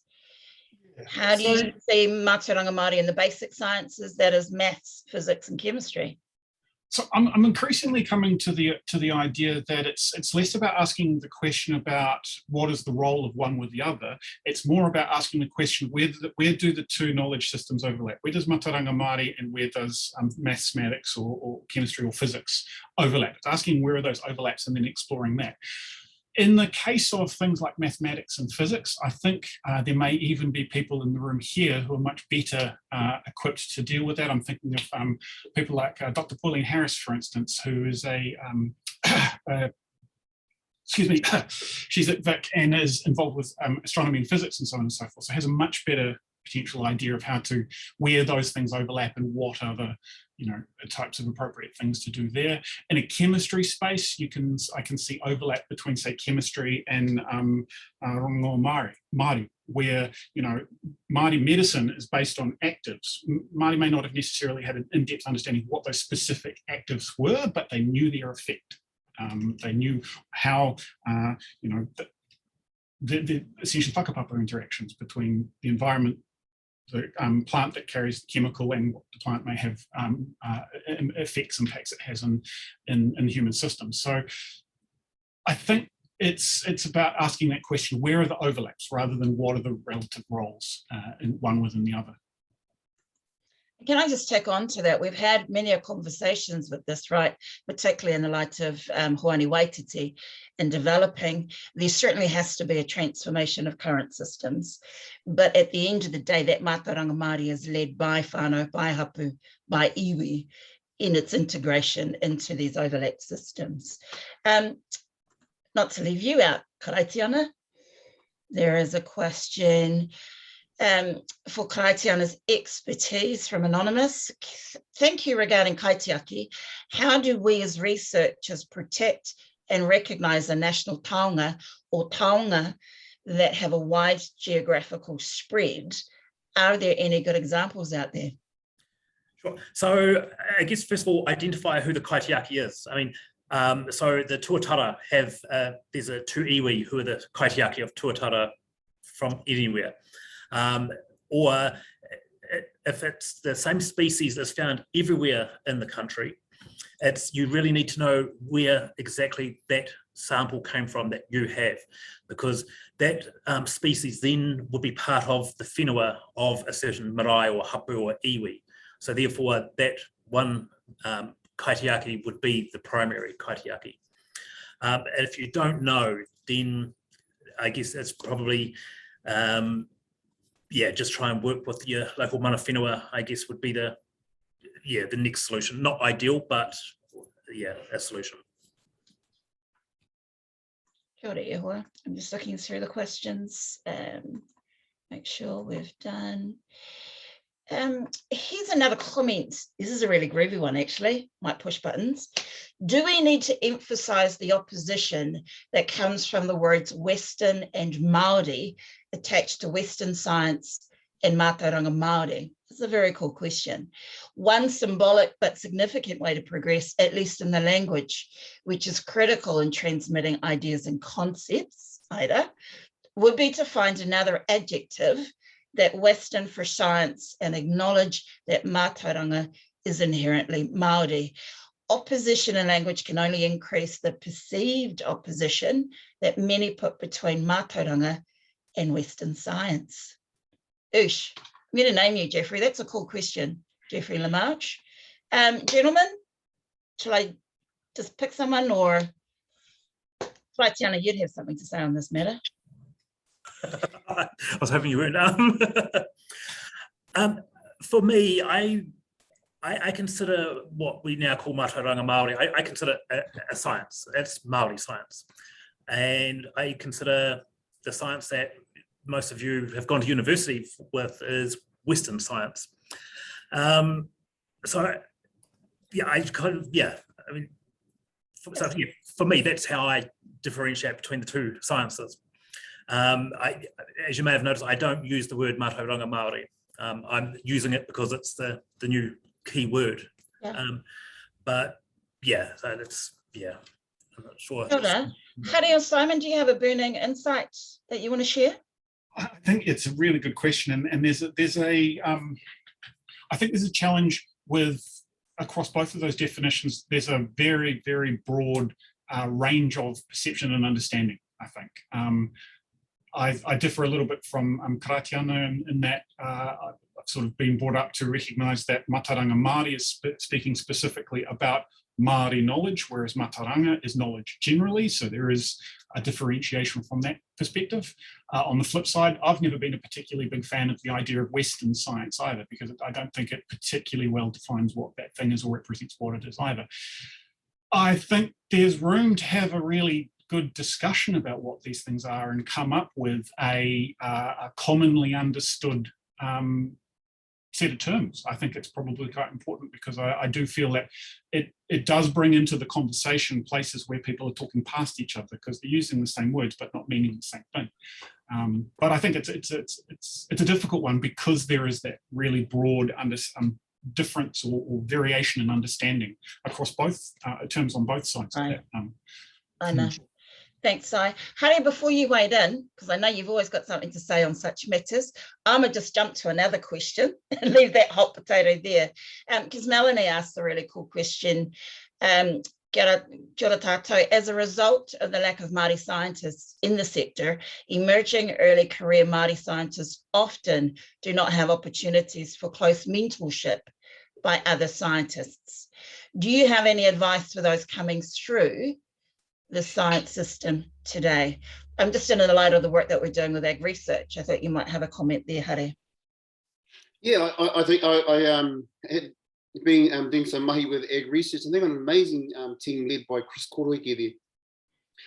And they just, so they've made about, they had 2 internships and they've taken on 7. I think some of them are currently at university, or some of them just currently graduate, and then they've got 2 of our tamariki from our kura, 1 year 12 or 6th form for those of us from my generation, and 1 year 13 or 7th form from those from my generation. And so they've taken them on to intertwine them into what ag research does, but also for those tamariki to take the learnings that they had at Whaniwai, which weren't termed science as such, but there was so much pūtaiao in a lot of the mahi they done here at the kura, with our different kaupapa through our stream, the revitalisation of our stream, to the planting, to the kāri kai or the mara kai, to the bees that we've got here, to the chickens that we've got, to all these different kaupapa. And so really, and so they really simplified the whole system. And the interview, the style of interview that they brought forward, led by Louise, geez, I can't remember Louise, but anyway, it was a real real Māori feel to the interviews. There's a real ngāwari, a lot of humour going on, but still got to the point, and to the point where our tamariki in the interview process to take on these internships, I felt really comfortable and are really excited to start. They haven't had science as such throughout the years here, and yet they're really excited to be a part of this kaupapa, so because they can see themselves in the kaupapa from the kōrero, from the likes of Chris and Louise and the others from the team. They can see where they fit in. They can see that they are actually going to make a meaningful contribution from their knowing, not because they done science at school, but rather because they take their knowing and their understanding of pūtaiao and Mātauranga, or this Mātauranga or tirohanga Māori into that space. So I admire the way that they've gone about it with ag research, the team in ag research have gone about it, to bring our tamariki into that space. And then, of course, once other tamariki from kura see tamariki in that space, they'll say, hey, I can be a part of it.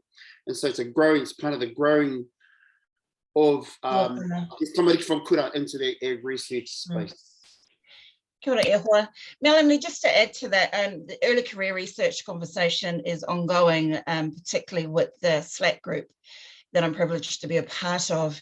Just briefly, would suspect that get a hold of us. It's an ongoing conversation, but to form some sort of collective for our Māori scientists in science.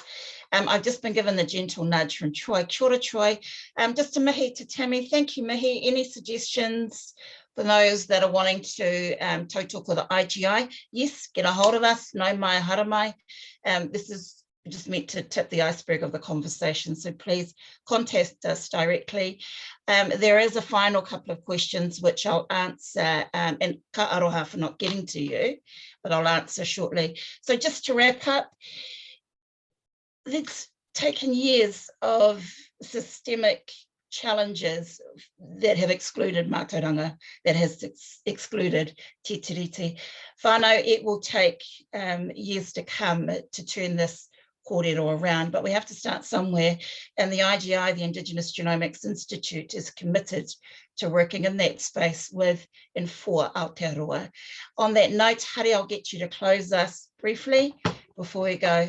Kia ora whānau, have a fabulous week. Yeah, it will take years, and just quickly, but they said that when it came to the revitalisation of our reo. And kura kaupapa Māori, kura kuhanga reo and kura kaupapa Māori came about, and 30 plus years later, we're in a good position without the making. But the work is worth it, and the fight is worth it. And nā reira, he whakakapia ke mihi atana ki a koe te Karatiana ki a koe sign, Lisa, koutou ka mitsu koutou nā kai whakahaere te hui tēnei, te mihi whakakapi ki a koutou, he krakia ka mitsunga unuhia nā tapua tua whakarere. Unuhia nā tapua tēnei wānanga, unuhia nā tapua i nei kōrero, unuhia kia wātea kia mahea te tinana te wairua, te hini ngaro te whatumanawa kia pitai ki te tahatika, kia pitai ki te taha wātea, kia pitai ki te whaiao ki te amara matūturu hoka maua, kia tina, haumi hui e, tāi ki e.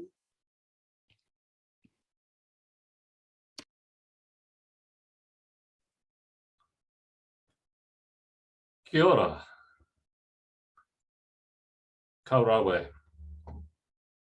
That was a wonderful example, and it's now time to move on and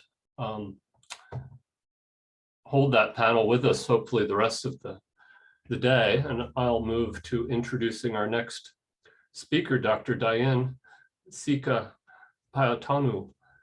Did I say that correctly?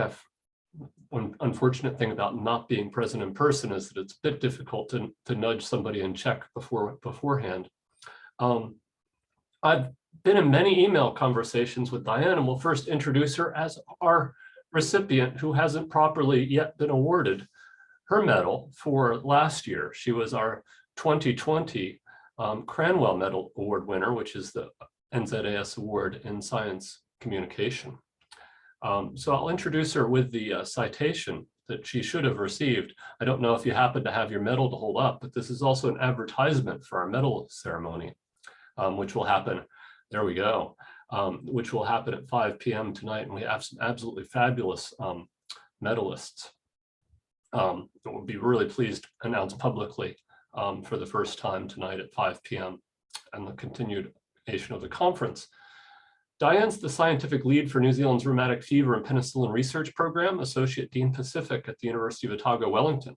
Since completing her PhD at the Malhan Institute in 2015, she has maintained a strong record of public engagement with community groups and with students.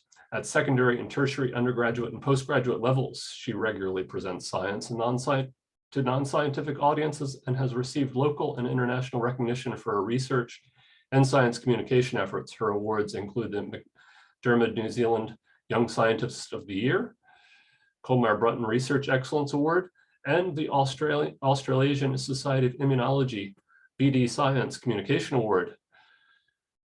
Dr. Sika-Paotono is of Pacific heritage and is actively involved in mentoring young Pacific people in the Wellington region. She also hosts the numerous service and leadership responsibilities within the Pacific community and is an HRC Pacific Emerging Research Fellow, as well as a recent recipient of the Sir Thomas Davis Te Patu Kite Rangi Ariki Health Council, the National Science Challenges Healthier Lives Leadership Team, and the HRC New Zealand Pacific Health Research Committee. She is indeed a very worthy winner of the Cranwell Medal for 2020.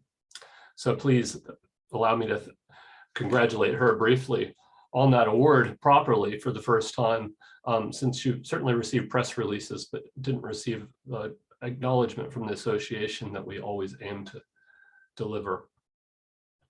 Malele, Dianne, and welcome. Thank you for agreeing to deliver some wonderful science communication skills and a story of what you've been up to recently as one of the science communicators working on COVID within the Pacific community. We look forward to what you have to say. Malo Lele, thank you very much. Talofa lava, kia ora ana, Nisa Polivinaka, kia ora, and warm Pacific greetings to you all. O ki ngā ko Diana, ko hao mai Aotearoa New Zealand, o ko ta mai mo ko whae, ko hao mai tonga, mei hapai mo wawao. Tēnā koutou, tēnā koutou, tēnā koutou katoa. Thank you so much again for the kind invitation to join you all today, and also to the organisers for providing an opportunity where I can help contribute to some of the discussions with respect to reshaping New Zealand's research science organisations. And what it is that I thought I would do is that I would divide this part into two key areas. The first of which, because I'm speaking as a Pacific female immunology scientist who has trained here in New Zealand and also continues to work here, I thought I would start by just sharing some of the health disparities that persist for our Pacifica peoples and our Pacifica communities, just as a reminder, and to help set the context. And then secondly, to move into how it is that we as scientists can help within this area. So I've tried really hard to be solution focused, but I do have some problems to share with you first, again, just to provide a bit more context. So, so just to the organisers, I'm about to share my screen. So I hope that's okay. So please just bear with me for a second.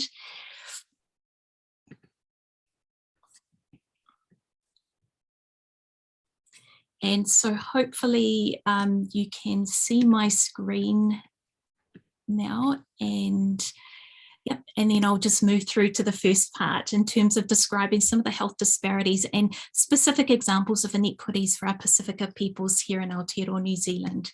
So to begin with, just wanted to highlight that for us as Pacific people, we don't live as long as non-Pacific and non-Māori peoples here in Aotearoa, New Zealand. And what you can see in this graph here with the orange line is our life expectancy for our Pacifica peoples, and in the darker blue you can see that for Māori. So for both Pacific and our Māori groups here, that we live at least 6 to 7 years less than when compared to non-Pacific and non-Māori. So that's a very stark inequity that has persisted over time, over decades and over generations. Another example is when we look at our Pacifica women who are enrolled with a midwife within that first really critical time of the first trimester, the first couple of months of pregnancy. And what you can see here in the orange bar is that fewer of our Pacifica women are actually connected with a midwife who can help support them at this really critical time. When we look at perinatal related maternal mortality rates, when you look at the orange bar for Pacifica peoples, we are very highly represented. We have lots of perinatal related maternal mortality deaths when compared with Māori and non-Pacific, non-Māori groups in Aotearoa New Zealand. When we look at our little ones within their first year of life who are supposed to be receiving their well child and tamariki ora care, here in New Zealand, fewer of our little ones of Pacific heritage are actually receiving this care when you compare with non-Māori, non-Pacific babies. In Aotearoa New Zealand, we currently have extraordinarily high rates of acute rheumatic fever and rheumatic heart disease. And what you can see reflected in this data here in the green line, you can see the rates for rheumatic fever for our Pacifica children and our young people, and in the red line for Māori, and in the blue for non-Māori, non-Pacific children and youth. So acute rheumatic fever is essentially the body's autoimmune response or reaction to a bacterial infection caused by group A strep bacteria of the throat or of the skin. And if these infections if they're not treated with antibiotics, acute rheumatic fever can occur. And children and young people often get quite sick. They go into hospital, but they get better as well. The problem is if they have repeated episodes of acute rheumatic fever, this can turn into something way more dangerous and more sinister known as rheumatic heart disease. And this is where the heart is permanently damaged as a result. And it's the rheumatic heart disease that remains a major cause of morbidity and mortality worldwide.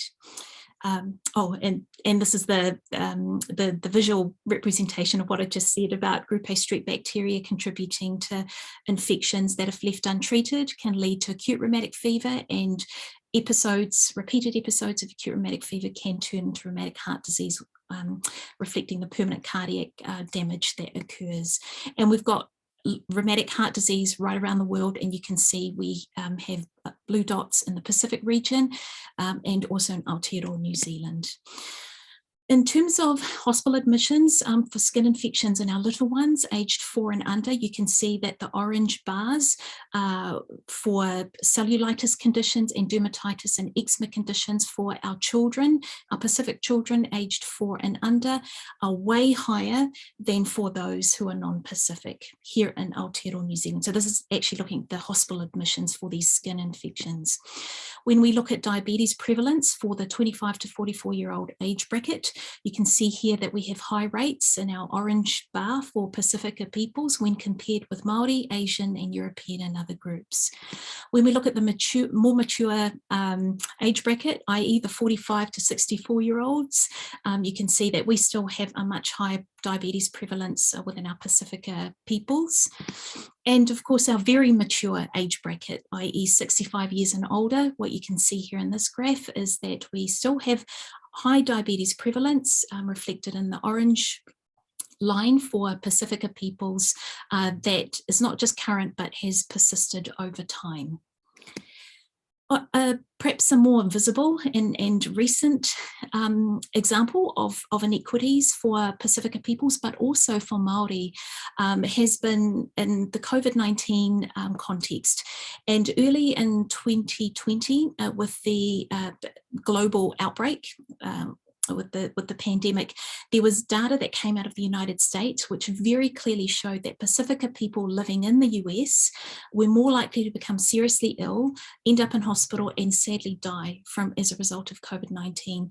And again, in Aotearoa, New Zealand, towards the end of 2020, data here in New Zealand showed similar patterns and trends and highlighted that it was actually Māori and Pacifica peoples together who had a much higher risk of becoming seriously unwell, ending up in hospital, and so therefore would require prioritisation. And this graph here is just simply highlighting our Pacifica, or the proportion of the New Zealand population that is comprised of Pacifica groups. So remember, when we use the term Pacific, we're talking about 20 to 23 different countries and nationalities. So Pacific is not a place. Pacifica represents a very, very large and diverse group of people. And if you include New Zealand in that, because New Zealand is a country in the Pacifica region, that's 23 separate countries. And so what you can see here in the dotted line is the proportion of Pacifica people of the New Zealand population, which you can see hovering and is currently at about 8%. What you can see in the solid orange line is the proportion of our health workforce that is Pacific.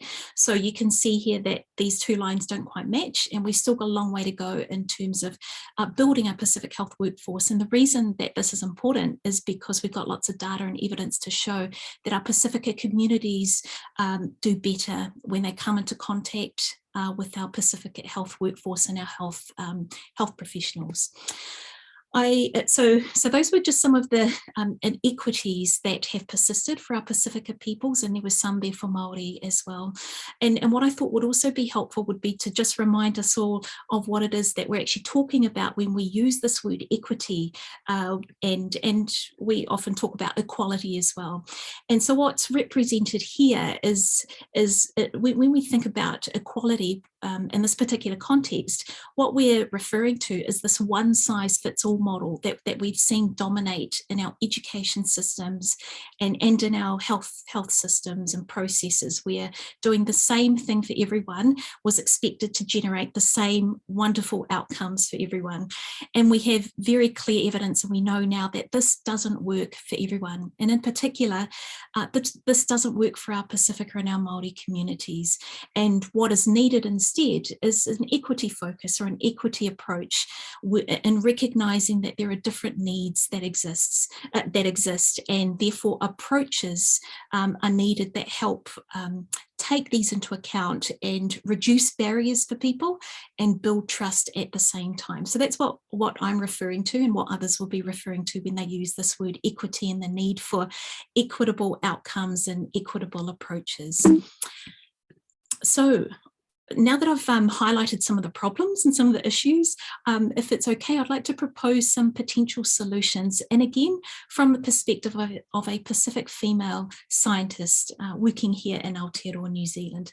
So the first thing that I'd like to propose is that we look at supporting the growth of our Pacific scientific workforce.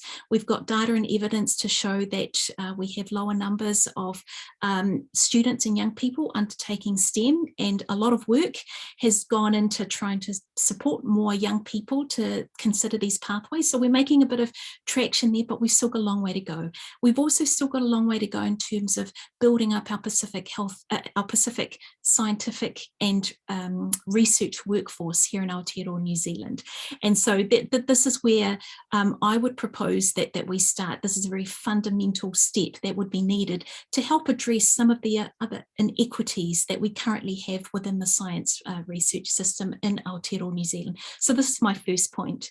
My second point is to consider some of the inequities within our own setting, and I've highlighted some of the inequities that have affected our Pacifica people within health. And we've got some really clear evidence to show that we've got our own inequities in science, and we've had underrepresentation of not just Pacific, but also our Māori scientists within our Crown research institutes and also our universities. And so the second thing that I'm proposing that we do is we come up with a structural response or responses in order to address some of these inequities and these drivers of inequities that are currently within our systems, and lead to issues such as underrepresentation of Māori and Pacifica scientists in our universities, Crown research institutes, that we've got a pay gap where Māori and Pacifica female academics, including scientists, earn way less than their counterparts, and where Māori and Pacifica female academics are less likely to be promoted through these institutions. So I think we need to think about addressing some of the inequities within the science research system as a first step to trying to address some of the inequities elsewhere. Thirdly, I'd like to propose also that we look at some of our system and institutional structures to help enable, support, but also value Pacific scientists as leaders. And what I'm trying to point out here is that if we want to attract more Pacific students, one of the easiest things that we can do is to get more Pacific scientists employed at our universities. And as we've heard before, it's not for want of Māori scientists, but just that they're not being employed within our institutions. And the same can be said within the Pacifica setting. In terms of the research space, supporting Pacific PIs as well. And we've got information to show that a lot of our Pacific scientists spend a lot of their time helping others with their work, bringing in funding, etc. However, more work is needed to ensure that Pacifica scientists are also supported as PIs to be able to lead their own work. And I've just thrown up an example here of some of the work that we're leading here in Wellington. So this is Pacific-led. This is a suite of projects that I'm leading. And we're essentially trying to make this penicillin drug last longer and hurt less upon administration for children and young people who have had rheumatic fever once, and we need to stop them from getting it again because we don't want them to end up with rheumatic heart disease. And so they get these really painful monthly injections of penicillin. And so we're trying to make the drug more appropriate for them. And because this work is Pacific-led, we've gone about this in what's considered a novel way of approaching drug design, and that we've actually included our Pacific and our Māori communities in the drug design process, and I'll talk more about that later. So the next point I'd also like to strongly suggest is that we have a focus on our supporting our Pacifica scientists to come up and co-design Pacific solutions for our Pacifica communities. So in other words, we're moving away from this one-size-fits-all model in terms of approaching what communities need to help solve issues, but rather moving to identifying what the specific needs are and addressing those appropriately. And within the Pacific setting, that requires Pacific leadership, and in the research science setting, highlights the need for more Pacific scientists to be leading this work, to be identifying Pacific solutions and co-designing these solutions with our Pacific communities, and not having to rely on other people bringing their solutions to us, which might not necessarily fit or work for our communities. And also just a final point here in terms of the way in which our Pacifica scientists know how to approach and work with our communities, which works with respect, with reciprocity, but also with acknowledging the importance of relationships. And perhaps maybe a really visible example of this in the health setting was the vaccination rollout for Māori and Pacifica peoples here in Aotearoa, New Zealand, where we had really clear evidence that Māori and Pacifica needed to be prioritised, and things sort of didn't quite work out at the start. However, what we did see was once some decisions were made and resourcing was put in place to help bring down barriers, that we saw an acceleration in Pacific and Māori-led, Pacific and Māori tailored and targeted vaccination events and activities for our communities that have helped really drive up the vaccination rates and have helped try to ensure that our communities were not being left behind anymore. And so just a shout out to some examples here of some of those vaccination events that you will have heard about. I'd also like to propose the adoption and valuing of Pacific research methodologies and approaches. And yes, we do have them that can be used in the science setting. And this is one of them, the Gagala framework. And what the Gagala framework outlines is a very simple 4-step way that a beautiful lei, floral lei like this would be designed, where there's very careful selection of the flowers, the leaves. They have to be picked at a certain time of the day, otherwise you don't get the right aromas from the lei. And then there's very careful bringing together of all these separate elements in a way that would produce a beautiful lei that would finally be gifted away to someone.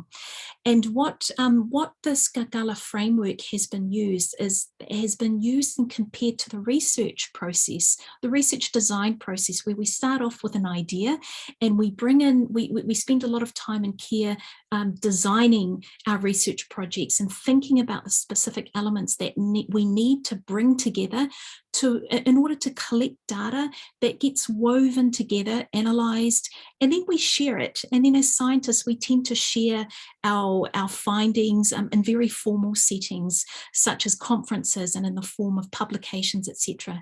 And the reason I wanted to highlight this Gagala approach, or this Pacific framework, is that very last step of the Gagala framework is the gifting of this beautiful lei that's been created.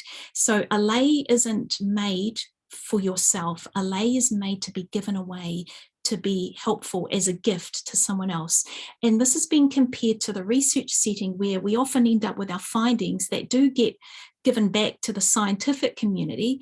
But out of respect for our Pacifica and our Māori and other communities who've enabled us to do the research work that we do, I'm proposing that we have a think about what more we could do to go out into our communities and to gift back the research findings that they've enabled us to achieve, but to do so in a way that's appropriate and that will be helpful for our communities, but also acknowledges their input into the research process.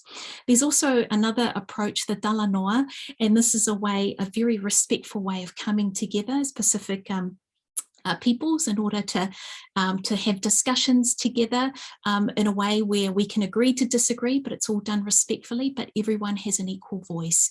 And so I think the Gagala and the Dala Noa research approaches and frameworks are examples of what we could use in science to help strengthen the work we do. And so just to start to wrap up, I think there's a role for community engagement, not just at a local setting, but also into the Pacifica region. If we're thinking about the Pacific context, and these are some examples of local whanau, Pacific whanau that we've done, where we've gone out to meet with our communities. But importantly, it hasn't been a one-way conversation. It's been a two-way dialogue, and this has been done with respect, with reciprocity, i.e. fostering a two-way dialogue, but also with the importance of building relationships there. And just my final point here, I'd really like to see us value the importance of science communication and value the effectiveness of science communicators. And of course, because I'm a Pacific, this is a Pacific perspective, I'm advocating on behalf of Pacific science communicators, and you can see some examples here of what we've been doing with our children out in our communities, and also some of the COVID-19 related communications that we've also been driving here in New Zealand and in the region. And just my second to last slide here is just highlighting some of the work that we've been doing with a lot of my students and medical students. These are my 4th years and these are my 5th years, and these are our students learning to speak Cook Islands Māori. So our medical health workforce in training now learns at the University of Otago, learns to speak a little bit of Tongan, Samoan and the Cook Islands Māori language, so as to help them connect with their patients and to bring down barriers and help build trust. And likewise, the same with our 5th years. So this is a really quick summary of the 7 recommendations that I have for everyone, and in terms of what it is that we could do to support this reshaping of the science research system in a way that will help strengthen the work that we do by fostering inclusion of our Pacifica science workforce, addressing inequities, supporting Pacific leadership using Pacific research methodologies and approaches, and connecting with our communities, not just locally, but also internationally, and ensuring that we've got great science communication being supported right right throughout. And finishing off with Albert Einstein, who once famously said that those who have the privilege to know have the duty to act. And I thank you all sincerely for everything that you've all been doing to try and help our communities and to be of service to others, particularly at this time within the COVID context. And malo au pitokihi e ke o toa malo. Thank you for giving me an opportunity to contribute today, and more than happy to try and take questions, or feel free to email me if we don't get time to address those today. Thank you again.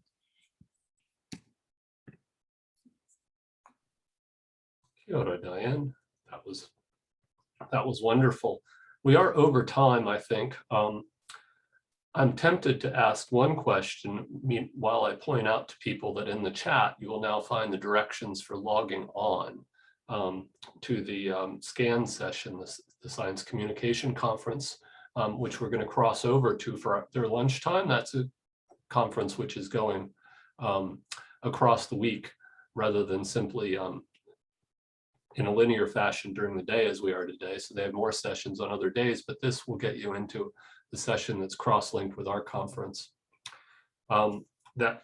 The question I'll ask Dianne, and just give her a quick chance to respond to, though we are over time and it may eat into your lunch, so I can imagine we may lose a few people, is Dianne, just absolutely wonderful what a good communicator you are and how on top of the issues and the role that you've got now at the University of Otago. What made it possible for you, if you could think of one or two things, to get to the point that you're at now that not so many people in science and not so many Pacific young women in science have had the opportunity to have, that we could provide more of? That's a great question.